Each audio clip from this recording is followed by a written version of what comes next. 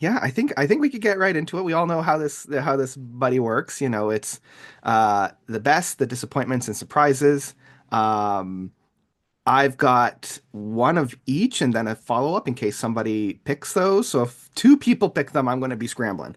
But we'll cross that bridge when we get to it. Be fine. Um, yeah, and then I've got a couple upcoming records that I'm excited for as well. So we'll just do all those. Um, Didn't yeah, even think of upcoming records. Ooh. I've got a few. Yeah, I've I've got I've like got five. two big ones and then a couple smaller ones. I'll just Um, pull up the Google but Doc then. I was gonna say, don't worry, because that's not until the very end. So we've Yeah. got some time. Yeah. We've got some time. All right. I think we could just dive into it. Here we go. Welcome back, everybody, to a quarterly roundup video that we love to do with some of my favorite people here on the interwebs. Y'all know how this works. This isn't our first rodeo. We've got some very friendly and familiar faces. We're going to talk about our favorite records of the last quarter, so January, February, and March. We're going to talk about some of the disappointing records that we had, and then some of the albums that surprised us. And then at the end, we'll talk about those albums that we're really excited for in the next quarter. So I think we'll just do a really quick round table and talk and introduce one another first. I think we'll start to my bottom. I don't know how everybody else's screen is situated, but Nathan is directly below me. So Nathan, welcome back to the channel. Hello, glad to be here. I'm Nathan. My channel's Nathan on Shuffle. All kinds of prog content, reaction videos with my wife, weekly news updates, album reviews, all the good stuff. Basically, a focus on like classic symphonic prog, retro prog kind of stuff, neo prog, a little bit of prog metal. That's kind of my jam. Yeah, amazing. Um, to his left, my bottom corner is Ian. Hello. Yes, I'm Ian. I run Rhyme Signatures, a little tiny channel, which is growing quite nicely at the moment, and I'm very pleased with it. Sort of like almost an antithesis to Nathan, I sort of more specialize within the metal side of the progressive world, prog metal, death metal, black metal, all the good sort of heavy, crazy stuff. But I do, of course, love the classic prog rock as well. Just not quite so much my focus on the channel. So if you like things a little bit on the heavier side, I've got you covered. Amazing. And rounding this off directly to my left is Travis.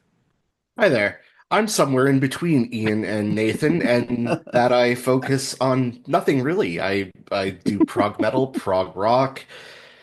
I have a YouTube channel called Long Words on Songwords, and I occasionally even use it to post reviews.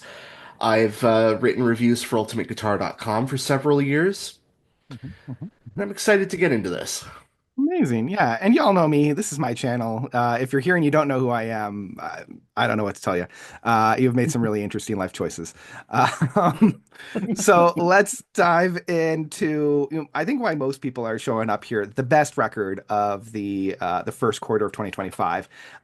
If y'all are like me, 2025 had about as many good records as like the last year and a half combined. So like narrowing it down to just one was really tough because I wanted to talk about like all of them. Um, so I I'm really interested to hear what everybody's favorite album is because like for me, there's one that I think rose to the top Mm. for like everybody. So I'm going to do my usual thing where I roll a D4 because there's four of us. We're going to randomize who goes first to see who's going to talk about it. I will start with as one, then Nathan two, three, and four. So the number is one, which means it's me. Oh boy. Set the precedent. Come on, let's go. I know, right? I was kind of hoping that I Rigged. didn't This is have to go rigged. first so that I could pass the buck and not talk about it. Okay, Claim it, so claim it. there I'm not going to claim it. I'm going to allow somebody else to claim it because there's one that I think I like more as a solid piece from start to finish. Um, and I think at the end I'll reveal the whole shebang. The one that I liked the most was Allo Babar from Ethem. Um, I'm not going to say the whole title because it's all in French. That's the one. I actually have the CD on order, so it's coming in soon. C'est Um, Allo Babar et les caramboleurs. mais oui, merci Oui, oui, beaucoup. oui. De I rien. am doing my best at learning French, but Duolingo only gets me so far. So, you know, I know how to say cheval and I know how to say, C'est bon? Oui, oui. um, yeah, a whole bunch of like Je mange orange. Like that's what they get me to say over and over and over again. Anyway, we're not here to talk about my French skills. We're here to talk about FM. What a great record, you guys. Like I know it's very harsh, it's very intense, but it's also because it's so over the place. There are moments that I think anybody can enjoy with this record. Like they go into like a dance club house music at times. They go into like practically symphonic epic prog at times. There's a whole like 80s monster movie sequence in the third act that I absolutely adore because I It's grew so up with those good. movies. It's so good, Um, that bit. it's so good. It's just so quirky. And like, this is the kind of music that if I were writing music, I would write. And, you know, it doesn't want to pigeonhole itself, even though I think the overarching thing would be like aggressive tech metal prog. Um, you know, in the same way that, say, like a show like Scrubs is just a comedy, right? It's like, well, no, it's so much more than that. You know, it's like the Pink Opaque is just a kid's show. It's like, no, it's so much more than that. That's kind of where I'm at with Allo Babar. And every time I listen to it, I get more out of it. I love the structure because it's three songs, 11 minutes, 22 minutes, and 33 minutes for 66 minutes worth of music. Well, I always say it's 66 minutes and 66 seconds worth of music. And I watch the CS people try to do the math. Um, it's a fantastic record, and I highly, highly, highly recommend it. I think it might be the first masterpiece we've gotten in like 2 years. So Wow. It's yeah, outstanding. Yeah, yeah, super I high praise from me for that one. absolutely echoing you on that one notes 100%. I love this album. I found it like randomly. It first came to me from like somebody on my BlueSky was just talking about it, and they were saying such crazy weird sounding things about it. I also thought, you know what, I like my metal quirky, I like it strange, I like it weird. I'm definitely checking this out. And I just saw the structuring of the album. I thought, oh, that's deliberate. I thought, there's no way that's an accident. They've done that on purpose. You have Yeah, my attention, sir. You know, I yeah, was like, let's go.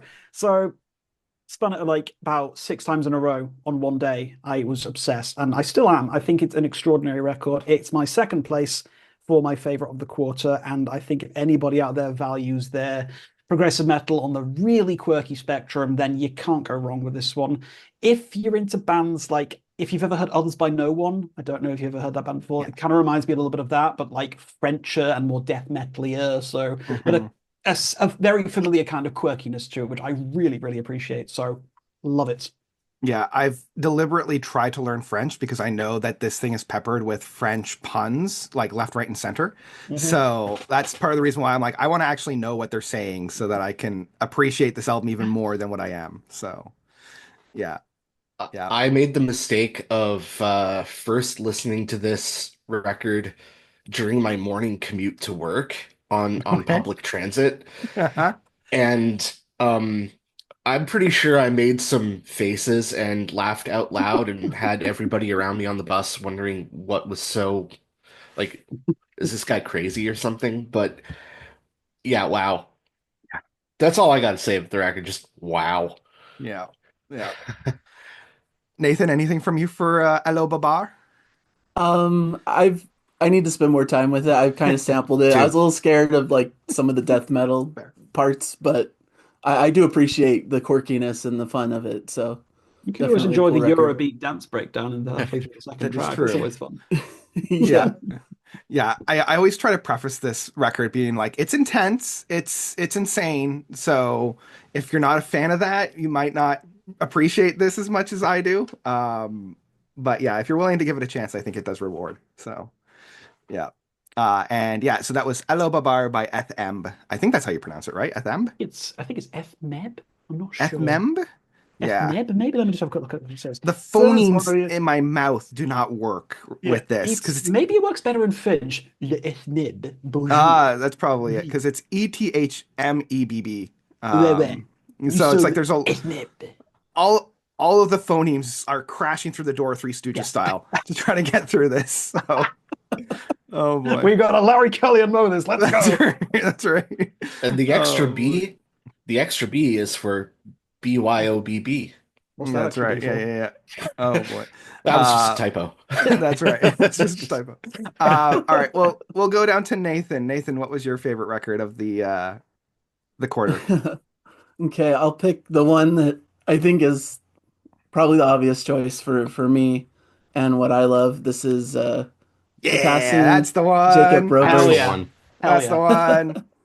Yeah, I Yeah. almost started with like, okay, is everybody picking the passing? Because if we are, we could just go to our second choice. But yeah, all Yeah, right. I love this record. It reminds me of the best of Neil Morse, who's my favorite artist. So that was already a great way to hook me in. And he also has his own unique sound as well. And I just really love the way the album's structured, how the first half is kind of more ballad, more lighter tracks, but that leads you into like this big, massive epic, which has everything you could ever want in a progressive rock epic. One of the best epics in my mind of the past few years, I think, at least. So, and it goes through so many different moods and so many different things, and his voice is so beautiful, and I just love everything about it. Just he's this fresh-faced new person on the scene who just came out with this like near masterpiece record just as his first project, which is really incredible. So I just totally love it. Jacob Roberge, his album The Passing is excellent.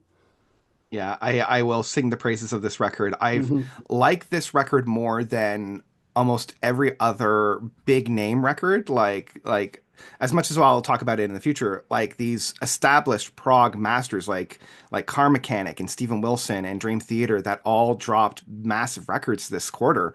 I listen to this one more often than those. You know, like I keep coming back to this one Mhm. time and time again. And like you said, this is his first outing.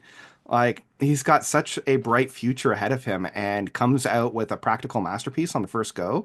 Like the last time I remember that happening was like with Haken, you know, and look how Yeah. bright that future is, you know. I'm Mhm. thinking of a couple of the bands from a couple of years ago, like even No No Spoon, spoon. right? Like Yeah. I think that's the biggest comparison, but I like Their this new one more EP than slapped though. yeah, yeah, yeah, It's yeah. so good. It's so good. So yeah, I can do nothing but sing this one praise. I've recommended this to so many different prog heads, and each one has been like, yeah, this is a top tier album. I remember it dropping into my promo inbox like a little bit ago, and it was a really nicely worded email, really sort of humble, very down to earth. And I thought, oh, kind of, that artwork's kind of nice, I like the way this is framed. Let's have a little looky do. And I was like, oh, hello, 32 plus minute epic. You have my attention, sir. Yeah. So I'm thinking, screw it, right. So I just whacked it on and just got about my day. But I was doing some like household chores. I don't remember what it was I was doing. I think I was like tidying the bedroom or something like that. And the more I was like involving myself with my housework, the real more I realized I'm gonna actually no, I want to listen to this instead. So I ended up just like completely just like fobbing off all of the stuff I was doing, sitting down, getting the headphones out. And by the time I got the headphones out, it was nearly time for the epic to kick in. And as soon as that kicked in, I was just hooked. Mhm. Everything else was just inconsequential. And that was the fastest 32 minutes of my entire life. It is extraordinary. It is so good. It is so well realized. Like, I cannot believe this is like a debut project from somebody. It's so insane. This is the kind of level of quality you'd expect from somebody who's been making these for 20 to 30 years and has finally reached their opus. And they've just hit it out the park. First swing, they've knocked it Mhm. out the park. Home run straight away. And it's unbelievable. I adore this album. Yeah. Yeah. Agreed. Harmonium. Cano. Serge Fiori.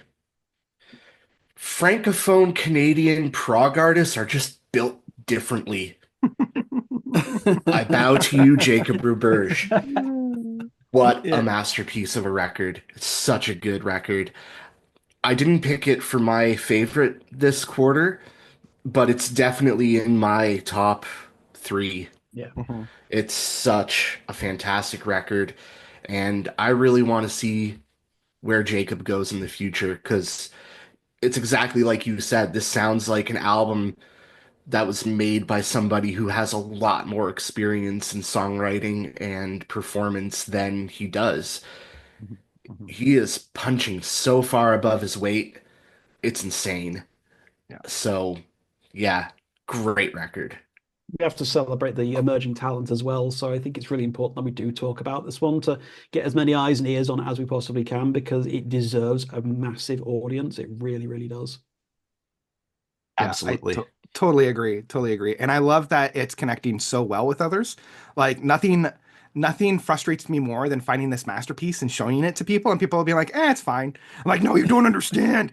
It's so good. And then having people being like, oh yeah, this is actually good. I'm like, thank you for validating my own Mhm. thoughts and my own praises. So yeah, that fills me with joy. Amazing. All right, let's go to, so if anybody needed, that was The Passing by Jacob Roberge. Uh, let's go to Ian. What was your favorite one? Well, those of you who've been following my little updates and our little chit chat that we have probably got a pretty goddamn good idea as to where I'm going with this one.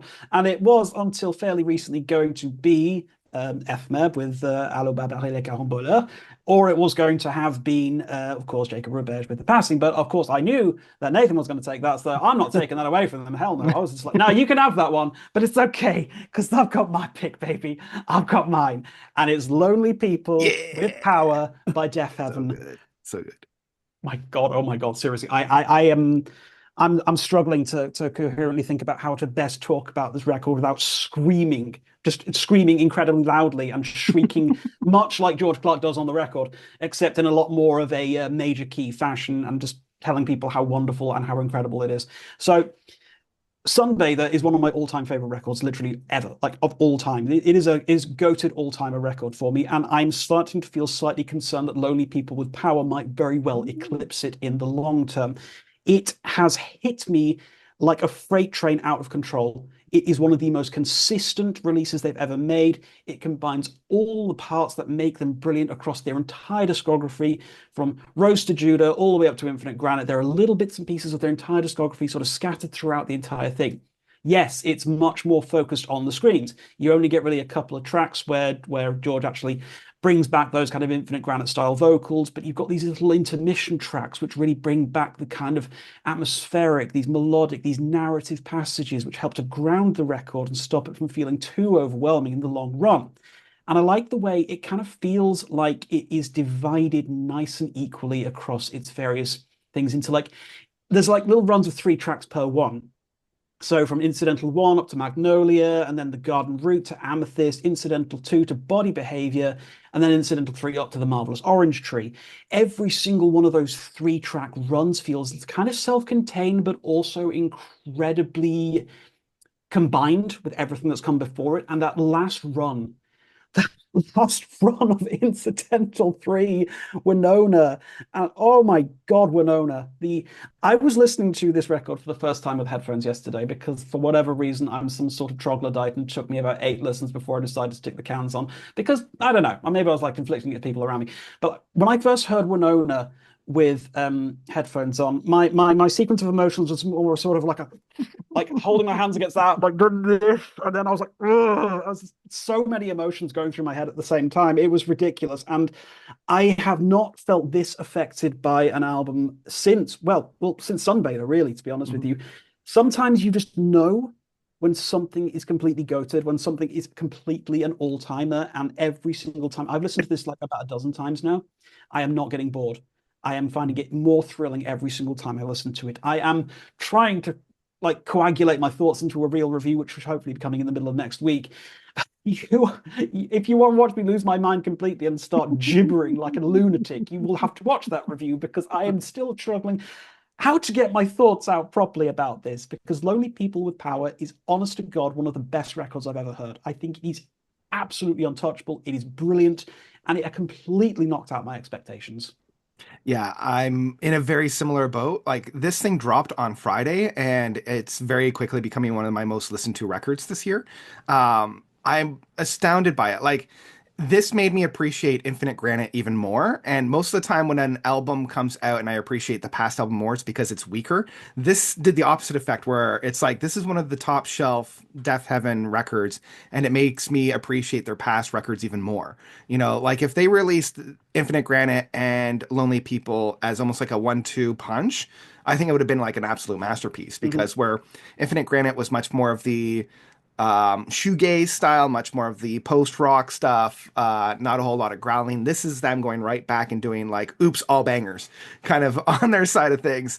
It is aggressive, it is intense, and I think it's probably their most consistent record from start to finish. Like, I don't I love Sunbather, but I don't love it on the same level as everybody else does. I actually like Ordinary Corrupt Human Love more, but there are dips in that record. There are some weaker moments on that record. The same can't be said about Lonely People. Like Lonely People is solid from start to finish. Mhm. So I'm still digesting, I'm still getting through it, and I'm really excited to see where this record is going to land in my like year end list and even like where it ends in their discography because like it is definitely top shelf. Yeah, It is like second or first best record from them. easily, Um, easily.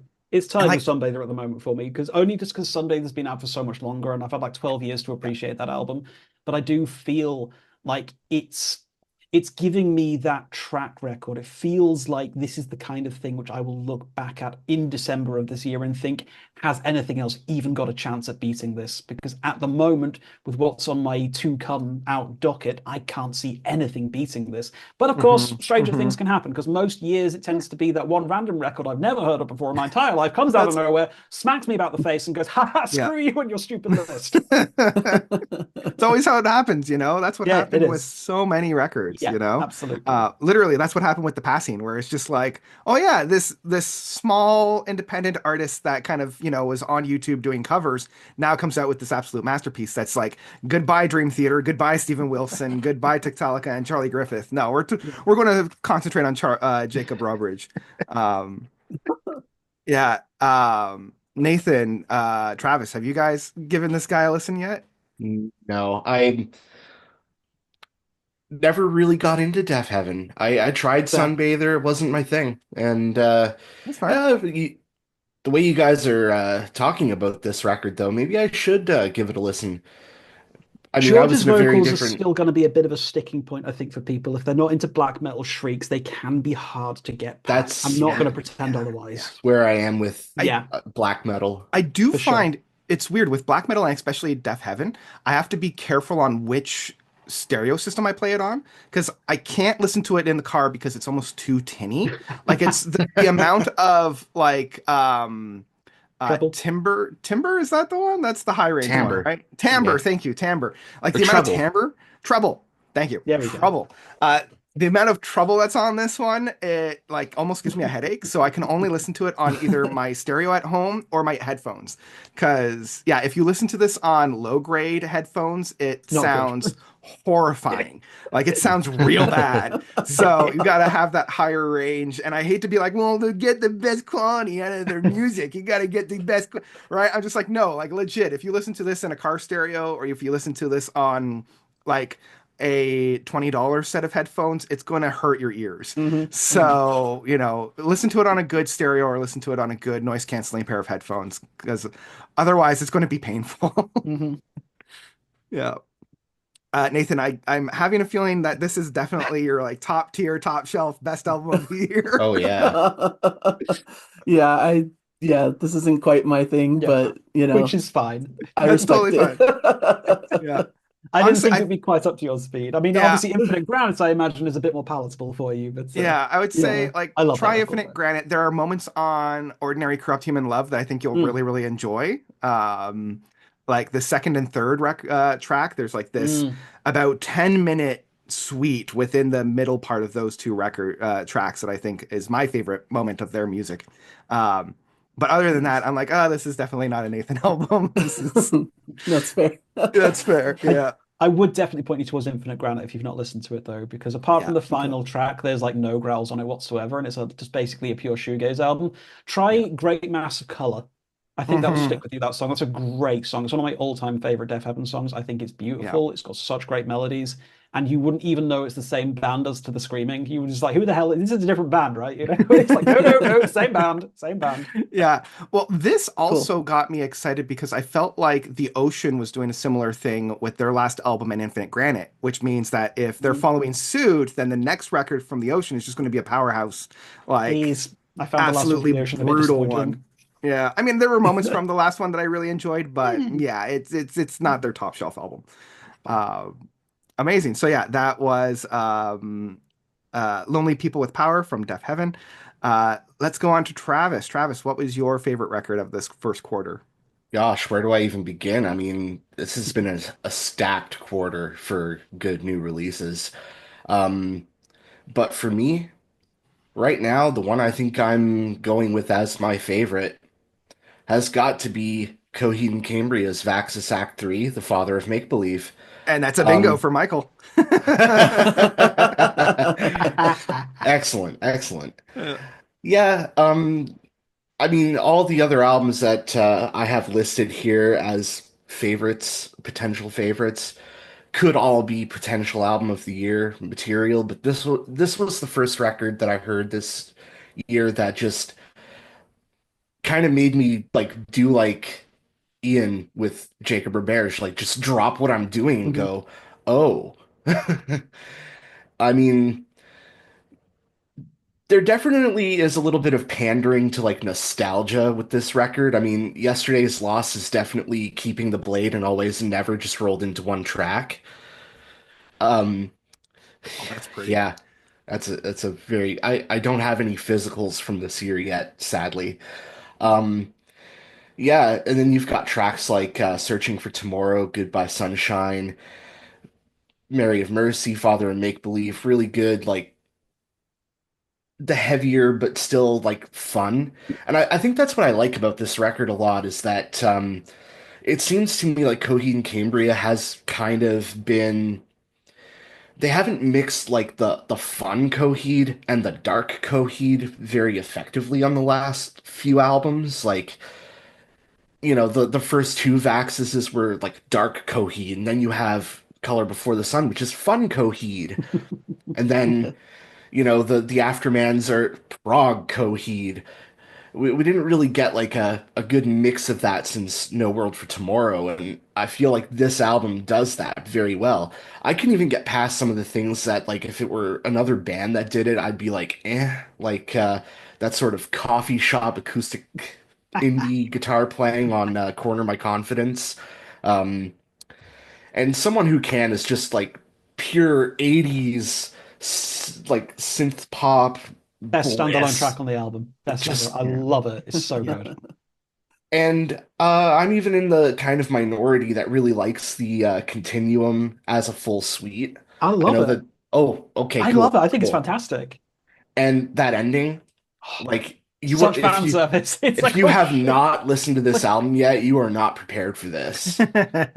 I was not ready to hear Coheed do Yellow. Like, Mm. Yeah. So good. So, so good. but yeah, wonderful record. Probably the best one, in my opinion, that they've released since No World for Tomorrow. Hmm. Yeah, I think that's a hard agree on that one. I would absolutely Okay. agree that. Like the Vaxxis albums have been a bit of an interesting mixed bunch for me because like I felt the first Vaxxis was incredibly long, incredibly dense, maybe a bit too much and too like overwhelming to try and get into, especially as like somebody new to the band. It's kind of like, Hmm. whoa, that's a lot of Hmm. music. What's going on? You know, there are amazing moments on Vaxxis one, don't get me wrong. But then Vaxxis 2, I felt went a bit too much in the other direction. I still enjoyed it a lot, but I felt it was a bit more simplistic, maybe a little bit stripped down. Don't get me wrong, that like final two-hit combo at the end of like Rise, Naisha, Cut the Cord, or whatever it is, and the title track, A Window of the Waking Mind, unbelievable. Some of the vocal harmonizations from Claudio at the end of that, oh, so incredible. It's okay to cry, it's so good. It's so good. I freak out and start dancing around my kitchen every time that song comes on. I love it. But I think Vaxis 3 really like hit the nail on the head of being the best of both worlds and really coming in to create the most singularly focused Coheed album we've had in a very, very, very long time. I do think the mixing lets it down a little bit. The drums kind of feel a bit flat in places, which is a shame because it can make it a bit exhausting to listen to because of the mix. But I think the songwriting is incredible. I think the narrative is some of the best it's ever been. And I just feel like Coheed just can do no wrong at this point. Even Yeah, their weaker Hmm. albums are Hmm. still fantastic. yeah, the narrative, I didn't even get into that. Like we're getting back into sort of the Afterman. Like we Ooh, have references to characters like Cyrus Amory, his wife Mary. yeah. Um, I really kind of need to do like a deeper dive into the Amory Wars lore because it's pretty interesting, some of it. I have the comics, I just haven't read them in a while. Yeah, I need to get back on that. I'm definitely the outside looking in with these records because I always get very intimidated. I always feel like I'm either playing like Stardew Valley or I'm reading like the Silmarillion, being like, I don't want to have to go to a wiki page to fully get this record, you know? Like And that's especially with their third album, Four. Which makes total sense, by the way. It's well, like, for part one, right? Like that's what I keep. It's that's it. just like that's Yeah. yeah, I've never fully connected with Coheed and Cambria. Like there are moments of their catalog that I enjoy, but like it's not necessarily and I've made peace with it's just not my thing. Um, I've listened to all their records. I have the only record from them that I have is The Color Before the Sun because that's the only one that I actually enjoy because I shouldn't say it's the only one I actually enjoy. That's misspoken. It's the only one I can enjoy without having the Wikipedia page open while I'm listening to it. Um and yeah, this was just for me, it was like, okay, it's another Coheed and Cambria record. If I'm being honest, it's my least favorite of the Vaxis trilogy. I Wow. know, I'm so sorry. Doc's Um, YouTube thumbnail face. I know, right, right. Like, I feel like where Vaxis 1 and 2, sure, Vaxis 1 was overly long and overly dense. There were still moments in that record that I absolutely adored. Vaxis 2, it was condensed, it was shorter, it was punchier, and once again, there were moments on that record that I really, really enjoyed. And this one, there's only like one or two moments that I would go back to, and the rest I'm like, it just doesn't connect with me. There are moments on this record that I literally have to skip tracks with. And whenever that happens, I'm like, ooh, that's not a good sign. Because then I won't sit down and listen to it from start to finish. Was it the Um, punky two-hit combo? it was the funky two hit combo. Yes! It I was the love funky that. two hit I combo. love that bit. Can't It's do so it. I, good. Can't do it. It's I love that bit too. Same. I and love that. this is coming from somebody that adores Deaf Heaven. That my favorite album was Allo Babar, but because it's just smack dab in the middle of this like swancore post punk kind of album, and then out of nowhere there's this kind of like stepping on attack moments, and I'm like, oof, ow, ooh, ah, what is this?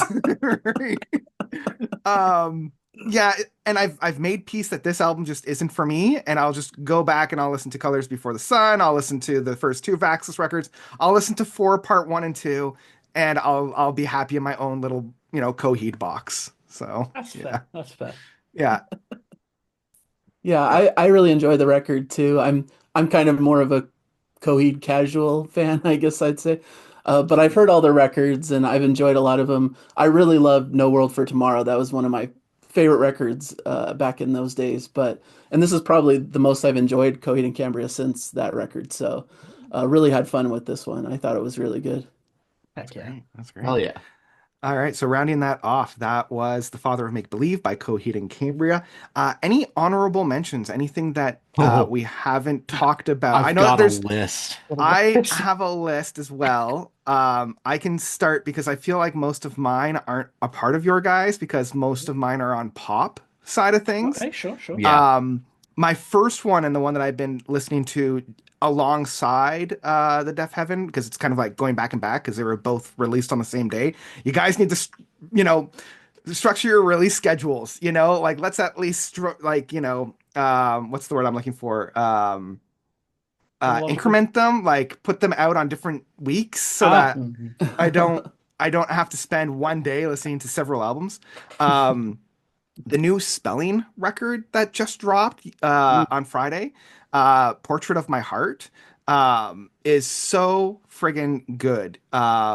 Unlike her last record, which was very like ethereal, much more indie pop, this one's much more like straight up rock, which she holds that mantle for. There's a lot more like aggressive passages, a lot more rockin' passages. The electric guitar and the drum work on this record is outstanding. I'm really looking forward to sitting down and actually talking about this record. Um, the new Bloodywood, New Delhi. Uh, I so love their much first fun. debut record. That was so much fun, and this one just kept that essence Yeah. going. Another pop record that I really like that dropped again on Friday was Lucy Dacus's record, Forever is a Feeling. Very ethereal, very singer-songwriter. A little bit more on country. Think of like Casey Musgraves or a Lana Del Rey, that kind of feeling. Um, Rosie put out her first record. It's just self-titled, but it's got an accent aigu over the E, so it's like Rosie, but Rosie. Same with the new Japanese breakfast from Yes, Melancholy I've been enjoying that. Brunettes. Yeah, Very that is very good, good. very fun. I think it might be their strongest from start to finish record. It's very short. It's only like just over a half hour long. So I really, really enjoyed that one as well.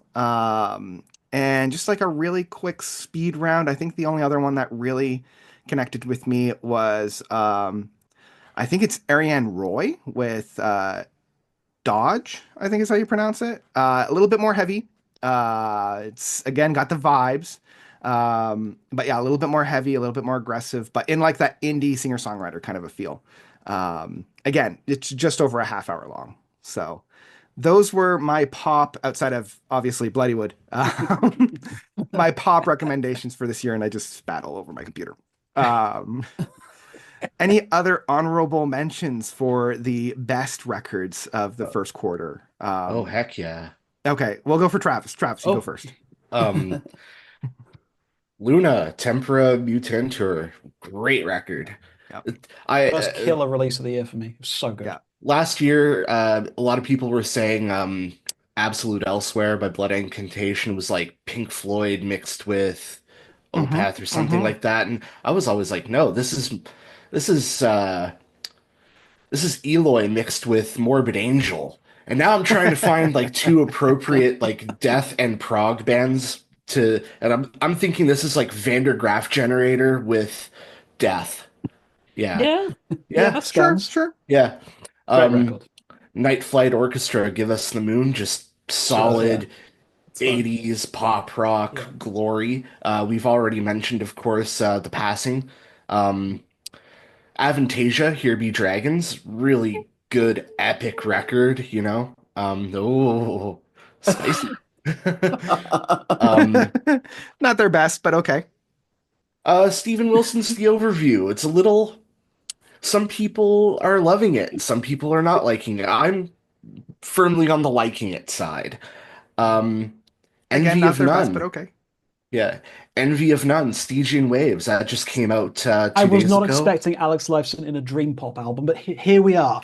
Yeah, It's It's so really good. good. It's I really good. I Yeah, really like their first record. I haven't because of the schedule that we've had so far. I haven't had a chance to go and listen to it yet.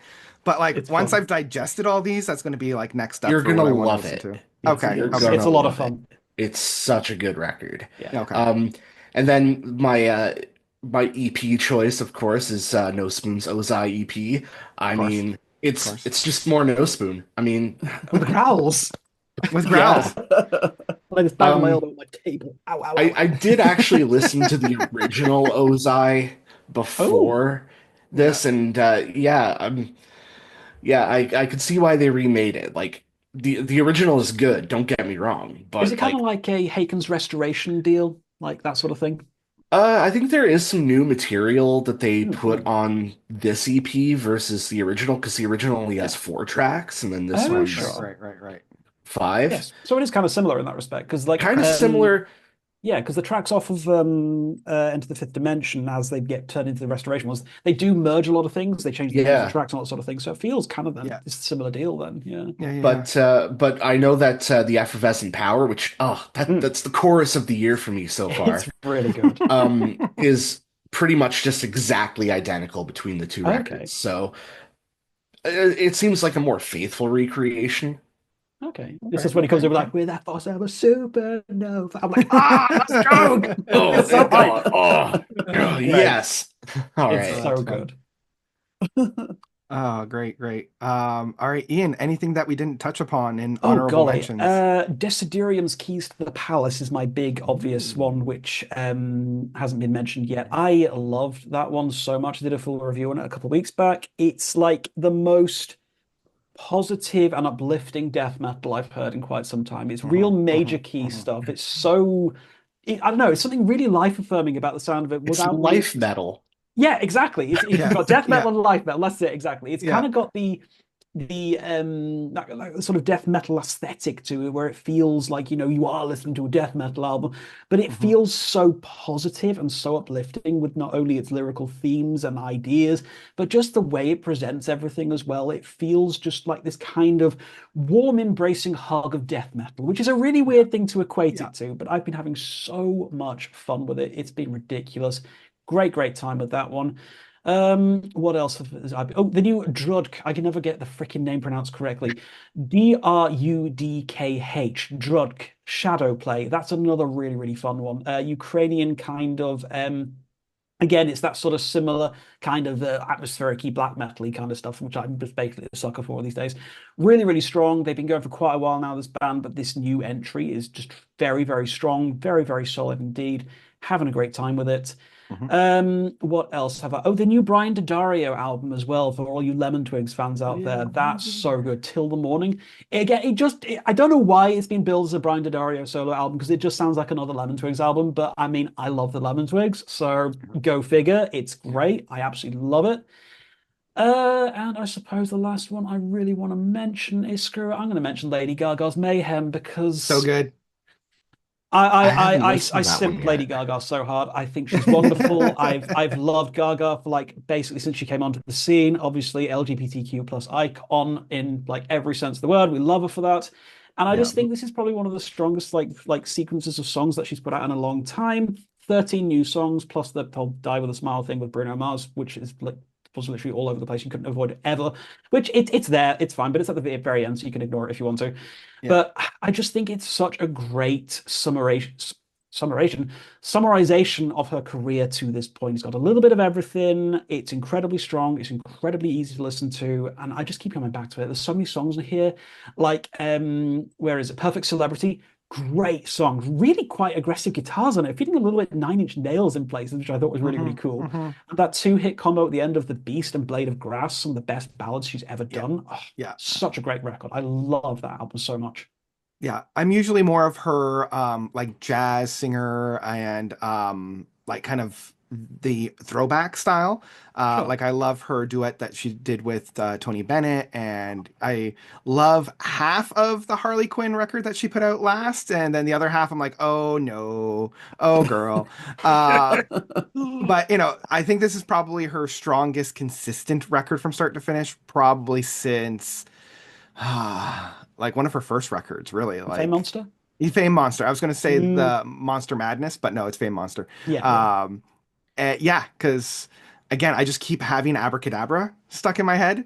Oh, it just keeps, Because it just stays. it just stays. It's a banger. It's an absolute It banger. really is. Yeah, love that record. I'll have to check that one out because It's fun, yeah.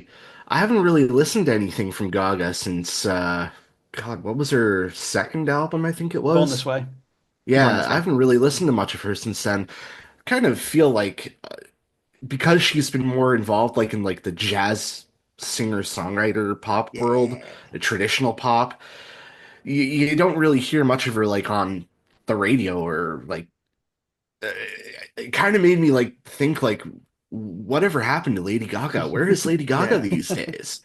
Yeah. Because what was her last like normal pop album? Was it like that Chromatica one? Chromatic, yeah, I think so. Yeah, Yeah. that was I It's think that was fine. pre-pandemic. Mm, It it was was okay. It fine. was okay. I preferred Um, Yeah, Torment to it, I'll be honest with you, when she flew to the and country. I thought it was quite good. yeah. But, yeah, I'm in a minority there. but even like that Chromatic album, you didn't really like it wasn't really out there the way that she was like with Born This Way and the Mm, Fame Monster. Hmm. Hmm. So yeah, it did kind of leave me thinking for a while, like, I wonder where Lady Gaga is now. Like, Yeah. she was like the biggest thing in the world for a couple of mhm. years, and so yeah, maybe I should check this out because it sounds like we are so back. A little bit, yeah. If I had like a genie and I had like three wishes, one of my wishes would be to have a duet record with her and Amy Winehouse, because the two of them have such a unique but similar voices of that like Yeah. That would have 30s, been so good. 40s crooner Mhm. kind of singer songwriter aspect to it. Like I think that we wouldn't deserve that, but yeah. Mm. Um, okay, let's end this little portion with Nathan. Was there anything that we missed in the best categories? Yeah, before they get possibly torn apart in the disappointment section. I want to defend the Steven Wilson record, which was mentioned, the overview, which is Yeah. probably my Yeah. second favorite album after Jacob Roberge. I know that's not everyone's opinion, but I love it. I love the new Dream Theater record, Parasomnia. I think Yeah. it's one of their strongest in years. I love the return of Mike Portnoy. It's really energetic, a great concept. I Just purposely left that out of my list so that you could have that one. yeah, I love it, and I love the new car mechanic, Transmutation. I think it's really strong. It's kind of an all-star cast of modern prog people, and really well made, well done. And I also really love Echoland's latest album, Mm, I Time still not Silent listened to Radio. those. I need to make time for Yeah, those. Yeah. like yeah. two albums, but they're both good. One's shorter songs, one's like two big epics, and it's Ooh. just classic Echoland US symphonic prog that I just really love. So Yeah, I've not Yeah. listened those to were them in a some of long my time. favorites. I really need to get Yeah, into that because it's those are the I really things I did I listen to also were spy a amazing. record up Ooh. above your head that deserves a mention. Yeah. Are Which The you one? Tiktalika? Tiktalika? Metallica. Ah, yes. Oh, I was almost surprised to see that you picked Charlie that one up because I Griffiths. know you were debating picking that one up or not. Yeah, I was debating, but I had to have the set because I really loved the first Yeah, Tiktalika, that's so I fair. felt That's like the fair. got to complete it.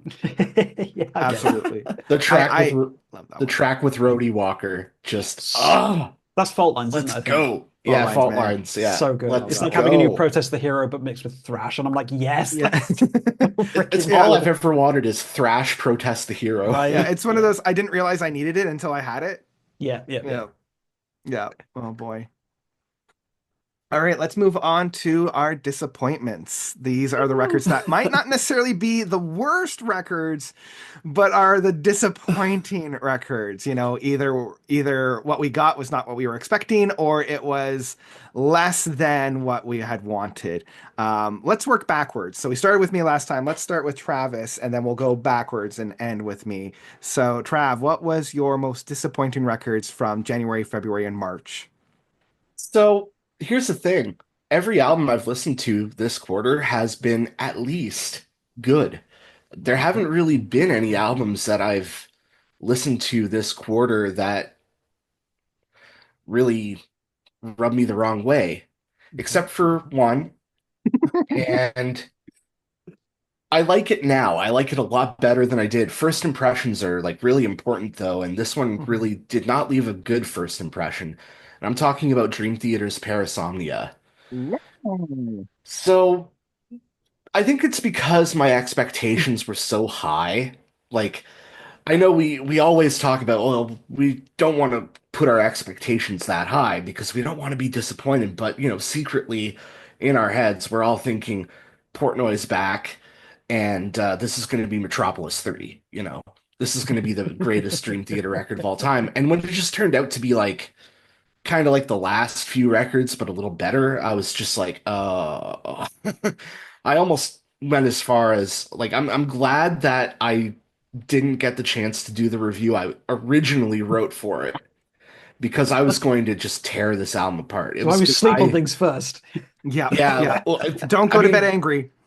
yeah. There you Well, go. actually, the unfortunate thing with that review is the next day I woke up with like a fever of 104. Oof. So Oof. yeah, there's no filming reviews on that day. And then I had a week off work, and basically all I can really do is sit and listen to New Dream Theater. And Mhm, I mhm, gradually mhm. got more and more into it. Now I'm happy to say that it's probably their best record since the start of the Mangini era.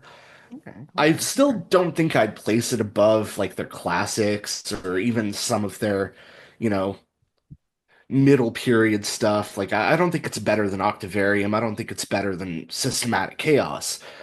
But I do think it's a perfectly middle of the road Dream Theater record. So I wouldn't say it's a disappointment now, although there is one thing about that record that is still very disappointing to me, and it is the album cover, that Yeah, Hugh Syme AI slop. yeah, I yeah. am I guess thumbs down down. with AI slop. Thank you. I'm glad Um, somebody Yeah, said it. yeah. No, yeah, same.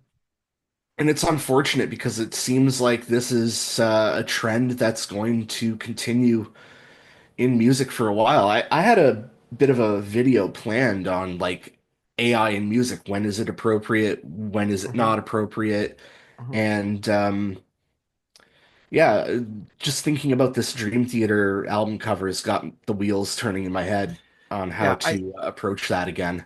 I think for the cover, I'm most disappointed in Stymie because he knows better, you know? Hmm. Like it would be like if Because, Storm came out and was just like, "Hey guys, here's my new Mars Volta record cover and it's AI." And I'm like, yeah, "You have the talent to back up your credentials. Hmm. Like, well, why sully your name I mean, the by last doing few this?" Dream Theater album covers from Sign were also, like Yeah. View from the Top of the World is just a lightly touched up stock photo. Let's Same be with real. Distance Over Time. Let's be real. Dream Theater's album covers aren't exactly the best in the even.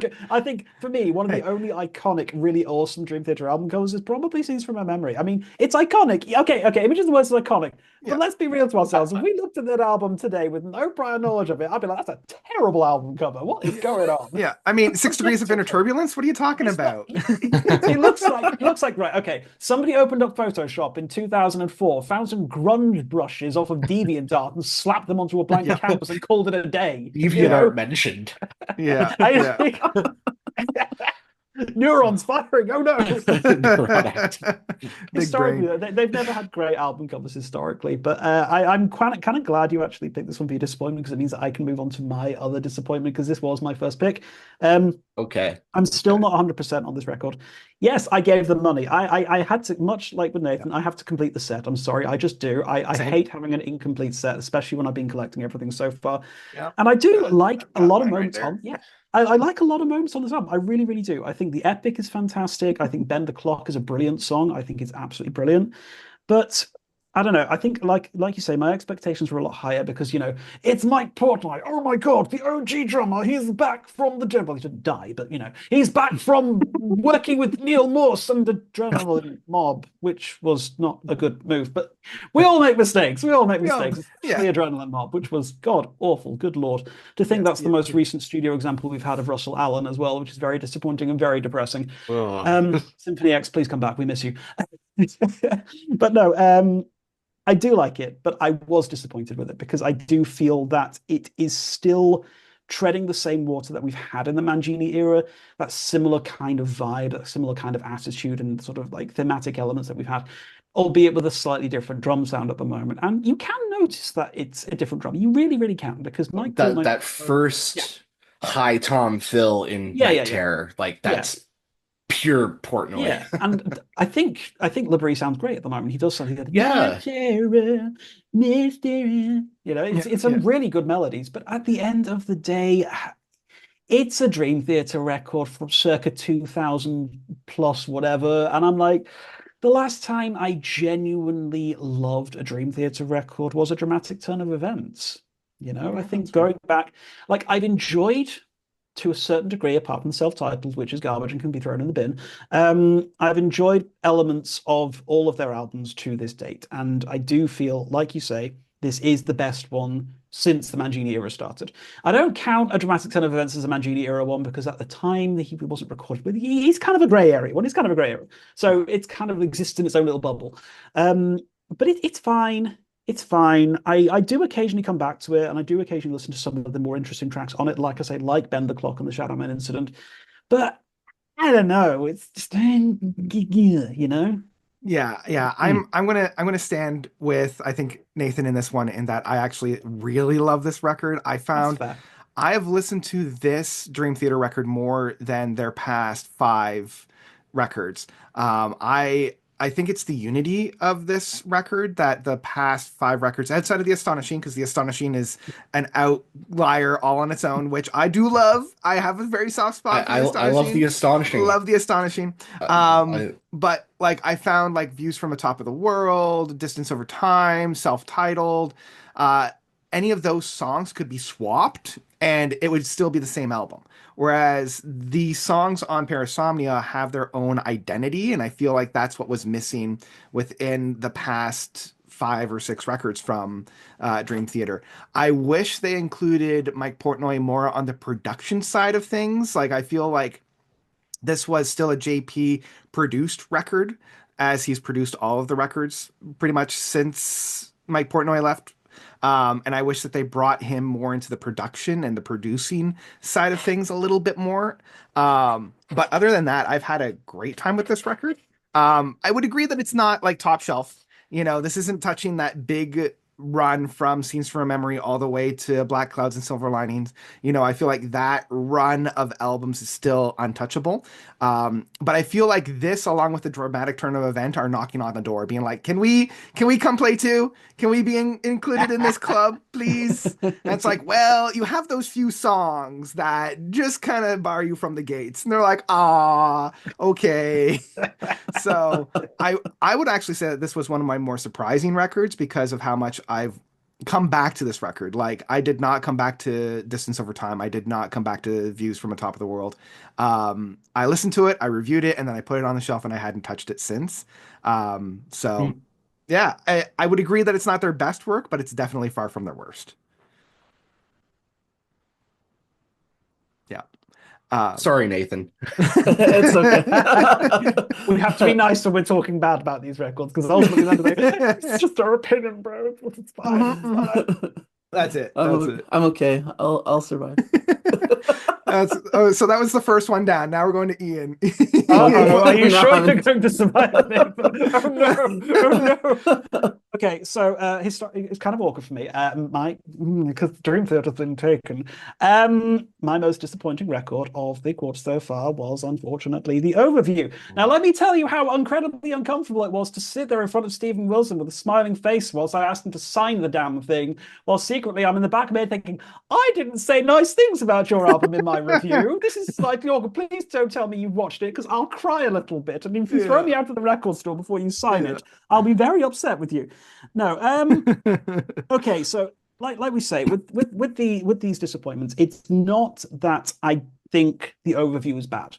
I do not think the Overview is a bad record. I think it is a fine record, but it's not what I was hoping for. It's not that I don't think Stephen should be doing what he's doing. I think it's brilliant that he's doing what he's doing. I think it is fantastic that he's taking these ideas, these thoughts, these feelings, and he's expressing himself as a musician in the way that he wants to do without any outward pressure on him to conform to any particular ideology, any particular style, or kind of anything that people would actually want from him. He is making the music he wants to make, and I think that is brilliant. I, however, feel that we've been let down a little bit by the pre-release hype train on this one. Because I know that there was a lot of these sort of like secret screenings or whatever, and these like Dolby Atmos 17 billion speaker friggin' whatchamacallits that a bunch of influencers were invited to so they could hear the album like 3 months ago. And they're like, oh my God, seems like there was a whole lot of that going on. And I do think those sort of events aren't really very fair to people from a marketing perspective, because you're being thrust into this situation where you are hearing this album in the best possible quality state on state-of-the-art hardware. The average Joe we just don't have it, Yeah. And I feel in a weird sort of way that this album is gatekeeping. This is a gatekeeping kind of album. And I feel that to get the best out of the experience of the Overview, you need to have access to equipment that most people simply don't have. And I don't think it's justified or fair of an artist to create something in such a way that in order to have the best experience, you have to have the best equipment. If your album doesn't sound good on mid-tier equipment, I would objectively say that you aren't making a good album. You are making a statement piece. You are making a flex. And I don't feel it's fair of an artist to expect people to have the best equipment in order to get the best out of their music. And that, unfortunately, is where I do lie with the Overview. Now, I've listened to it on crappy headphones, which when I want to like test the mixing of an album, I have a few different ways I do it. So I have the soundbar for my computer, I have my good speakers downstairs, I have the good headphones, and I have the terrible headphones, and I give it a listen to on all of those. And the differential in quality between all of these, it was distressingly different. Like if you ever listened to the Overview on mid-tier hardware, you are not going to have a great time with it, but it is so much better if you listen to it on the good hardware. So anyway, enough of my wibbling about like the differentials between that. I just felt that there were moments on this album that didn't fit what I enjoy from Stephen Wilson. well, like I say, I'm never going to expect him to make The Raven That Refused to Sing Part 2 or Hand Cannot Erase Part 2 or even Grace for Drowning Part 2 because those are my top tier Stephen Wilson solo experiences. But what we've got here, I just found it was fine, but there were too many moments on it which didn't stick with me. They didn't stick the landing. I don't enjoy Stephen's falsetto on the best of days. I just for me, I'm like, Yeah, I don't yeah, like it. yeah. I just don't like it. And his wife just listing off like galactic distances twice, I might add, in one song. Again, I'm just like, shh, shh, shh, shh, shh, shh. Let the music speak, please. Thank you very much. But like I say, I don't hate it. I've listened to it a lot. I've listened to this a good dozen times before I actually reviewed it because obviously I was doing all these different formats and what have you. And ultimately, at the end of the day, it's still an enjoyable experience. I still bought the damn thing, you know. I still I bought the damn album, mostly so I could stand in line and go, "Oh, Mr. Wilson, sir, I love your music, sir. Can you please sign these things for me, sir? Thank you very much. Bye bye." And I got to sign, obviously, Raven and Hank Cannot Erase at the same time as signing that. So I'm like, yee. Very pleased about that. But I did feel a little bit cheeky about being there when I, not said very nice things about it. But at the end of the day, it's just how I felt about it. And I recognize that I am in the minority, especially in the prog community. But I'm okay to stand on my little rock and island in the middle of like nowhere, going, "Oh, I don't like it very much." I'm happy to be that one guy, angry old man shouting at cloud about somebody daring to make the music that he wants to make. How dare he not? What did he should be making the music I want him to make? How dare he? Yeah, But yeah. I I'm mean, happy to be that outlier. yeah, I'm in a very, very similar boat. I was disappointed when I first heard this, and I think part of that was literally the both lack of and presence of the promotion for this record. Mm.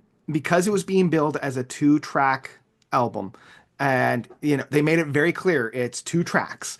And when I sat down and listened to it for the first time, I'm like, well, that's a lie. So you just lied to me. Because in my mind, it's not two tracks, it's two suites that are separated by different movements and different tracks. And I had to kind of digest that and be like, okay, so we're not dealing with a Love You to Bits, because Love You to Bits is two tracks, right? Like that is a two-track record. We're not dealing with like a Jean-Michel Jarre or a Mike Oldfield, where it's like, okay, these are two tracks or even one track that have subdivided suites in it. Um, and I think if they promoted this more as just his next record rather than this big prog return to form kind of thing, I think I would have enjoyed it a lot more. Now that I've sat down and digested it and got to it, I have warmed up to this record a lot more and I'm enjoying it. Like there are moments on this record that I think hold his best music since Hand Cannot Erase. The infinity measured in moments, the objects meanwhile, and Cosmic Songs of Toil. Like those are legitimately amazing tracks. Like legitimately amazing, amazing tracks. Some of his best work. And it's just kind of surrounded in a lot of this stuff that I'm like, okay, I'm here with you. I love this experimentation that you're doing. I'm loving the space rock stuff that you're doing. I just wish that it was constructed a little bit more cohesively. Because I think this is where form does not work for function. Um, Still a great record, and I would probably say that this is his best record since Hand Cannot Erase. Like I'll listen to this one before I listen to the Harmony Codex or the Future Bites or To the Bone. Um, but yeah, I don't like To the Bone. I love To the Bone. How I dare can't you? do it. I can't do I'll it. I can't fight do you. it. Come I love on. it. I'm on. We're both on separate islands, being like, Yeah, yelling at each other from across the that's river. right. That's right. So like I would say that it's a very good record. It's just what I was bringing to the table did not meet what he had brought to the table. And I think it's just how it was marketed or lack of marketing for this record. I wish that they had just dropped one single leading up to this. Just give us a crumb. Just give Yeah, us a a little something would have taste. been Little nice. Yeah. taste. Yeah. So yeah, I'm with you on that one. And now I'm going Don't to worry, shield Nathan. myself from the wrath of Nathan. Don't worry, Nathan. I'm on your side on this one. Yeah, Yes. yeah. I think in the editing process, I'm just gonna like zoom in on Nathan with sad trombone sound. Don't worry, I'm not going to bully you. I like this record. You know, like Steven Wilson, he made this album for himself, but apparently I'm the audience for this record too. So what do you know? I liked it. One thing I will mention, it's actually similar to the FMEB record as well. I kind of appreciate that on streaming. He's given Mhm. us like two versions of Mhm. it, one where the tracks are the solid 23-minute and 18-minute track, and then another version where it's indexed into all the separate movements so you can skip around and just listen to the section you want. And FMEB did the same thing. Yeah. I kind of wish more artists would do stuff like this because, like, one of my favorite records of the last few years was that Towhider. God, I can't even remember the title off the I have top of my little to no head, but memory of these memories. Yeah, yes. literally, I have little to no memories of But these memories. Yeah. but it's such a difficult thing to just sit and listen to because it's 47 minutes long. Yeah. I literally went into Audacity, cut the track into tracks for my iPod. So on my iPod, I have a version of it that I could skip around on, but I kind of like that Wilson did that with the overview. So I could choose to listen to it as the two-track grandiose experience he intended it to be, or I could listen to it piecemeal and, maybe just listen to infinity measured in moments a thousand times Yeah. again. Yeah. Yeah. So, yeah. But yeah, I like what Steven Wilson did here. I even can get past the cheesiness of Rotem's spoken word bits, and I am much kinder on Wilson's falsetto vocals. Yeah. They don't Mhm. bother me. No, I my don't my mind him. favorite my favorite moment was when I saw him in the Raven That Refused to Sing concert, and he just finished performing Pin Drop, and he's like, "That's it. I'm no longer writing a song in a falsetto voice because this is." And I'm like, Turns out "I'm that was a holding that lie. to you, my friend," Oof. Liar. because, and then I'm like, "You're a liar. That man's a liar." Anyway. Yeah, I love it. I think it's one of the best things he's ever done, honestly. To Yeah, me it's yeah, in the yeah. Holy Trinity with the Raven and Hand Cannot Erase. So I'm pretty high on it. And the more I listen to it, the more I love it. It's just sonically brilliant, just so many Mhm. great ear candy things to hear in the mix. And to me, it works well together. It's cohesive. It makes sense to me. I love the epic nature of it and the concept. So for me, it worked totally. But yeah, Yeah. it's fair. Everyone has their own takeaways. So Yeah, I mean, I could see why people have mixed opinions of it. yeah. Yeah, there is a part of me that's like, I want to be on the Nathan Island where I'm like, let me love it. Let me love you. Come on. Even the spoken word stuff has grown on me. Like at first, I also was like, that's not really my favorite style, but I think Yeah. it fits in the piece now over Yeah, repeated listen. So I I don't mind the spoken word aspect, although I do love quirky aspects. Like one of my favorite parts of the Passion Play is where Ian Anderson is just like this the Raven, the what is it, the hare that lost his spectacles. I'm like, Yeah, give me yeah. more of that. Give yeah, me more of that, right? I like So that too. yeah. It's Oh such a boy. weird. Love that. I love Passion Play. So good. Oh boy. Okay. Let's move on from bashing the overview. Nathan, which album would you like to bash? Which one is your Okay. I was going to disappointment? pick Def Ever now Yeah. just to annoy me. That's This, right. That's yeah, right. Just to the get back at us. payback time, payback Yeah. time. Yeah, I am probably gonna pick a record that the majority of people like, and it's the Tiktaalik record. I know I own it, but Yeah. Yeah. That's it legit. just It's fair. Yeah. disappointed me because I feel like it went away from the prog elements of the first record. Like it's much more thrash metal heavy, much more like back to basics of this like 80s style. There's not much, I'm more the prog first, metal second kind of guy. So I think this record isn't really geared to me. I think it's well done. I think it's greatly made and greatly produced, and I think it has a lot of great playing. And I've enjoyed certain parts of it as I've listened to it more, but I just had to realize that this isn't my thing after the first Tiktalika record was in like my top five of the year. Yeah. Yeah. So Yeah. I just was disappointed. I love Haken, I love Charlie Griffiths, and so I was had high hopes for this that this was going to be a great continuation of the first record, but it just really didn't match at least Mhm. my expectations and what I wanted from it. Yeah, I'm in a similar boat in that when I first listened to it, I was disappointed because I wanted that like synthy, like symphonic Yeah. prog metal that the first record had. And when it didn't, I was just like, oh, that's too bad. But then when I'm like, oh, we're just dealing with some straight up thrash 80s metal, I'm like, okay, I can groove to this. I can get into it. So I warmed up to that record, but I can see being disappointed because I was also disappointed upon the first listen. And when I was interviewing, I don't want to name drop, but like when I was interviewing Charlie Griffiths, he's like, "Hey, so what did you think about the record?" And I'm like, "It was fine." Eventually I was just like, once I got into the whole 80s style, which isn't my favorite kind of metal, I like more of the symphonic metal. I had a really good time, but man, having to get into that Jagged Pill, a little bit of Yeah. that thrashy 80s metal, I'm like, okay, I can do it. Yeah. So, Oh, well, I mean, I'm a kid who grew up on Metallica, Same. and Yeah. you know, for me, this was just I wasn't expecting a really proggy record. I never really got all that into the first Metallica record. I listened to same. it a couple times, so it was always just kind of a bit of like push it away in the background kind of album for me. But this one just it instantly hooked me, and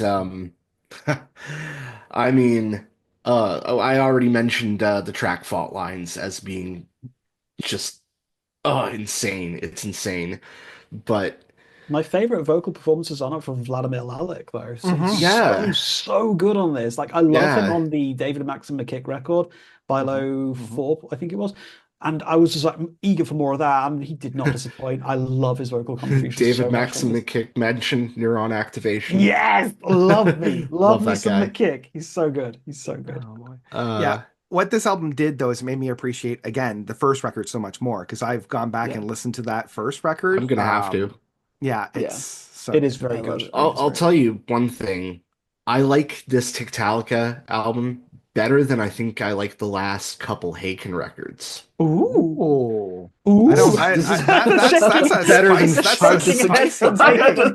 this is better than Fauna and Oh no, no, Virus no, for I me. don't. no. I don't know about that. I wouldn't go Fauna's one of that my far. favorite records Yeah, ever. I was gonna I like I say. Fauna. It's a good record. I Don't get don't me know about wrong. that. I don't That's a hate spicy. those records. Ooh, the Travis spicy just takes. We love it. like casually dropped a massive bomb in the chat and walked away. Just like, jeez. Oh Everyone's boy. allowed This their is opinion, okay? It's Everybody's allowed fine. this their is We'll opinion. allow it. this is We'll like our allow Dream it. Theater ranking video all over Yeah, I again. know. I can only go so Shrapnel. far, I'm, but I'm still pulling pieces of it's like jagged metal out for me from that one. Oh boy. Oh boy. All right. Moving on. Moving on.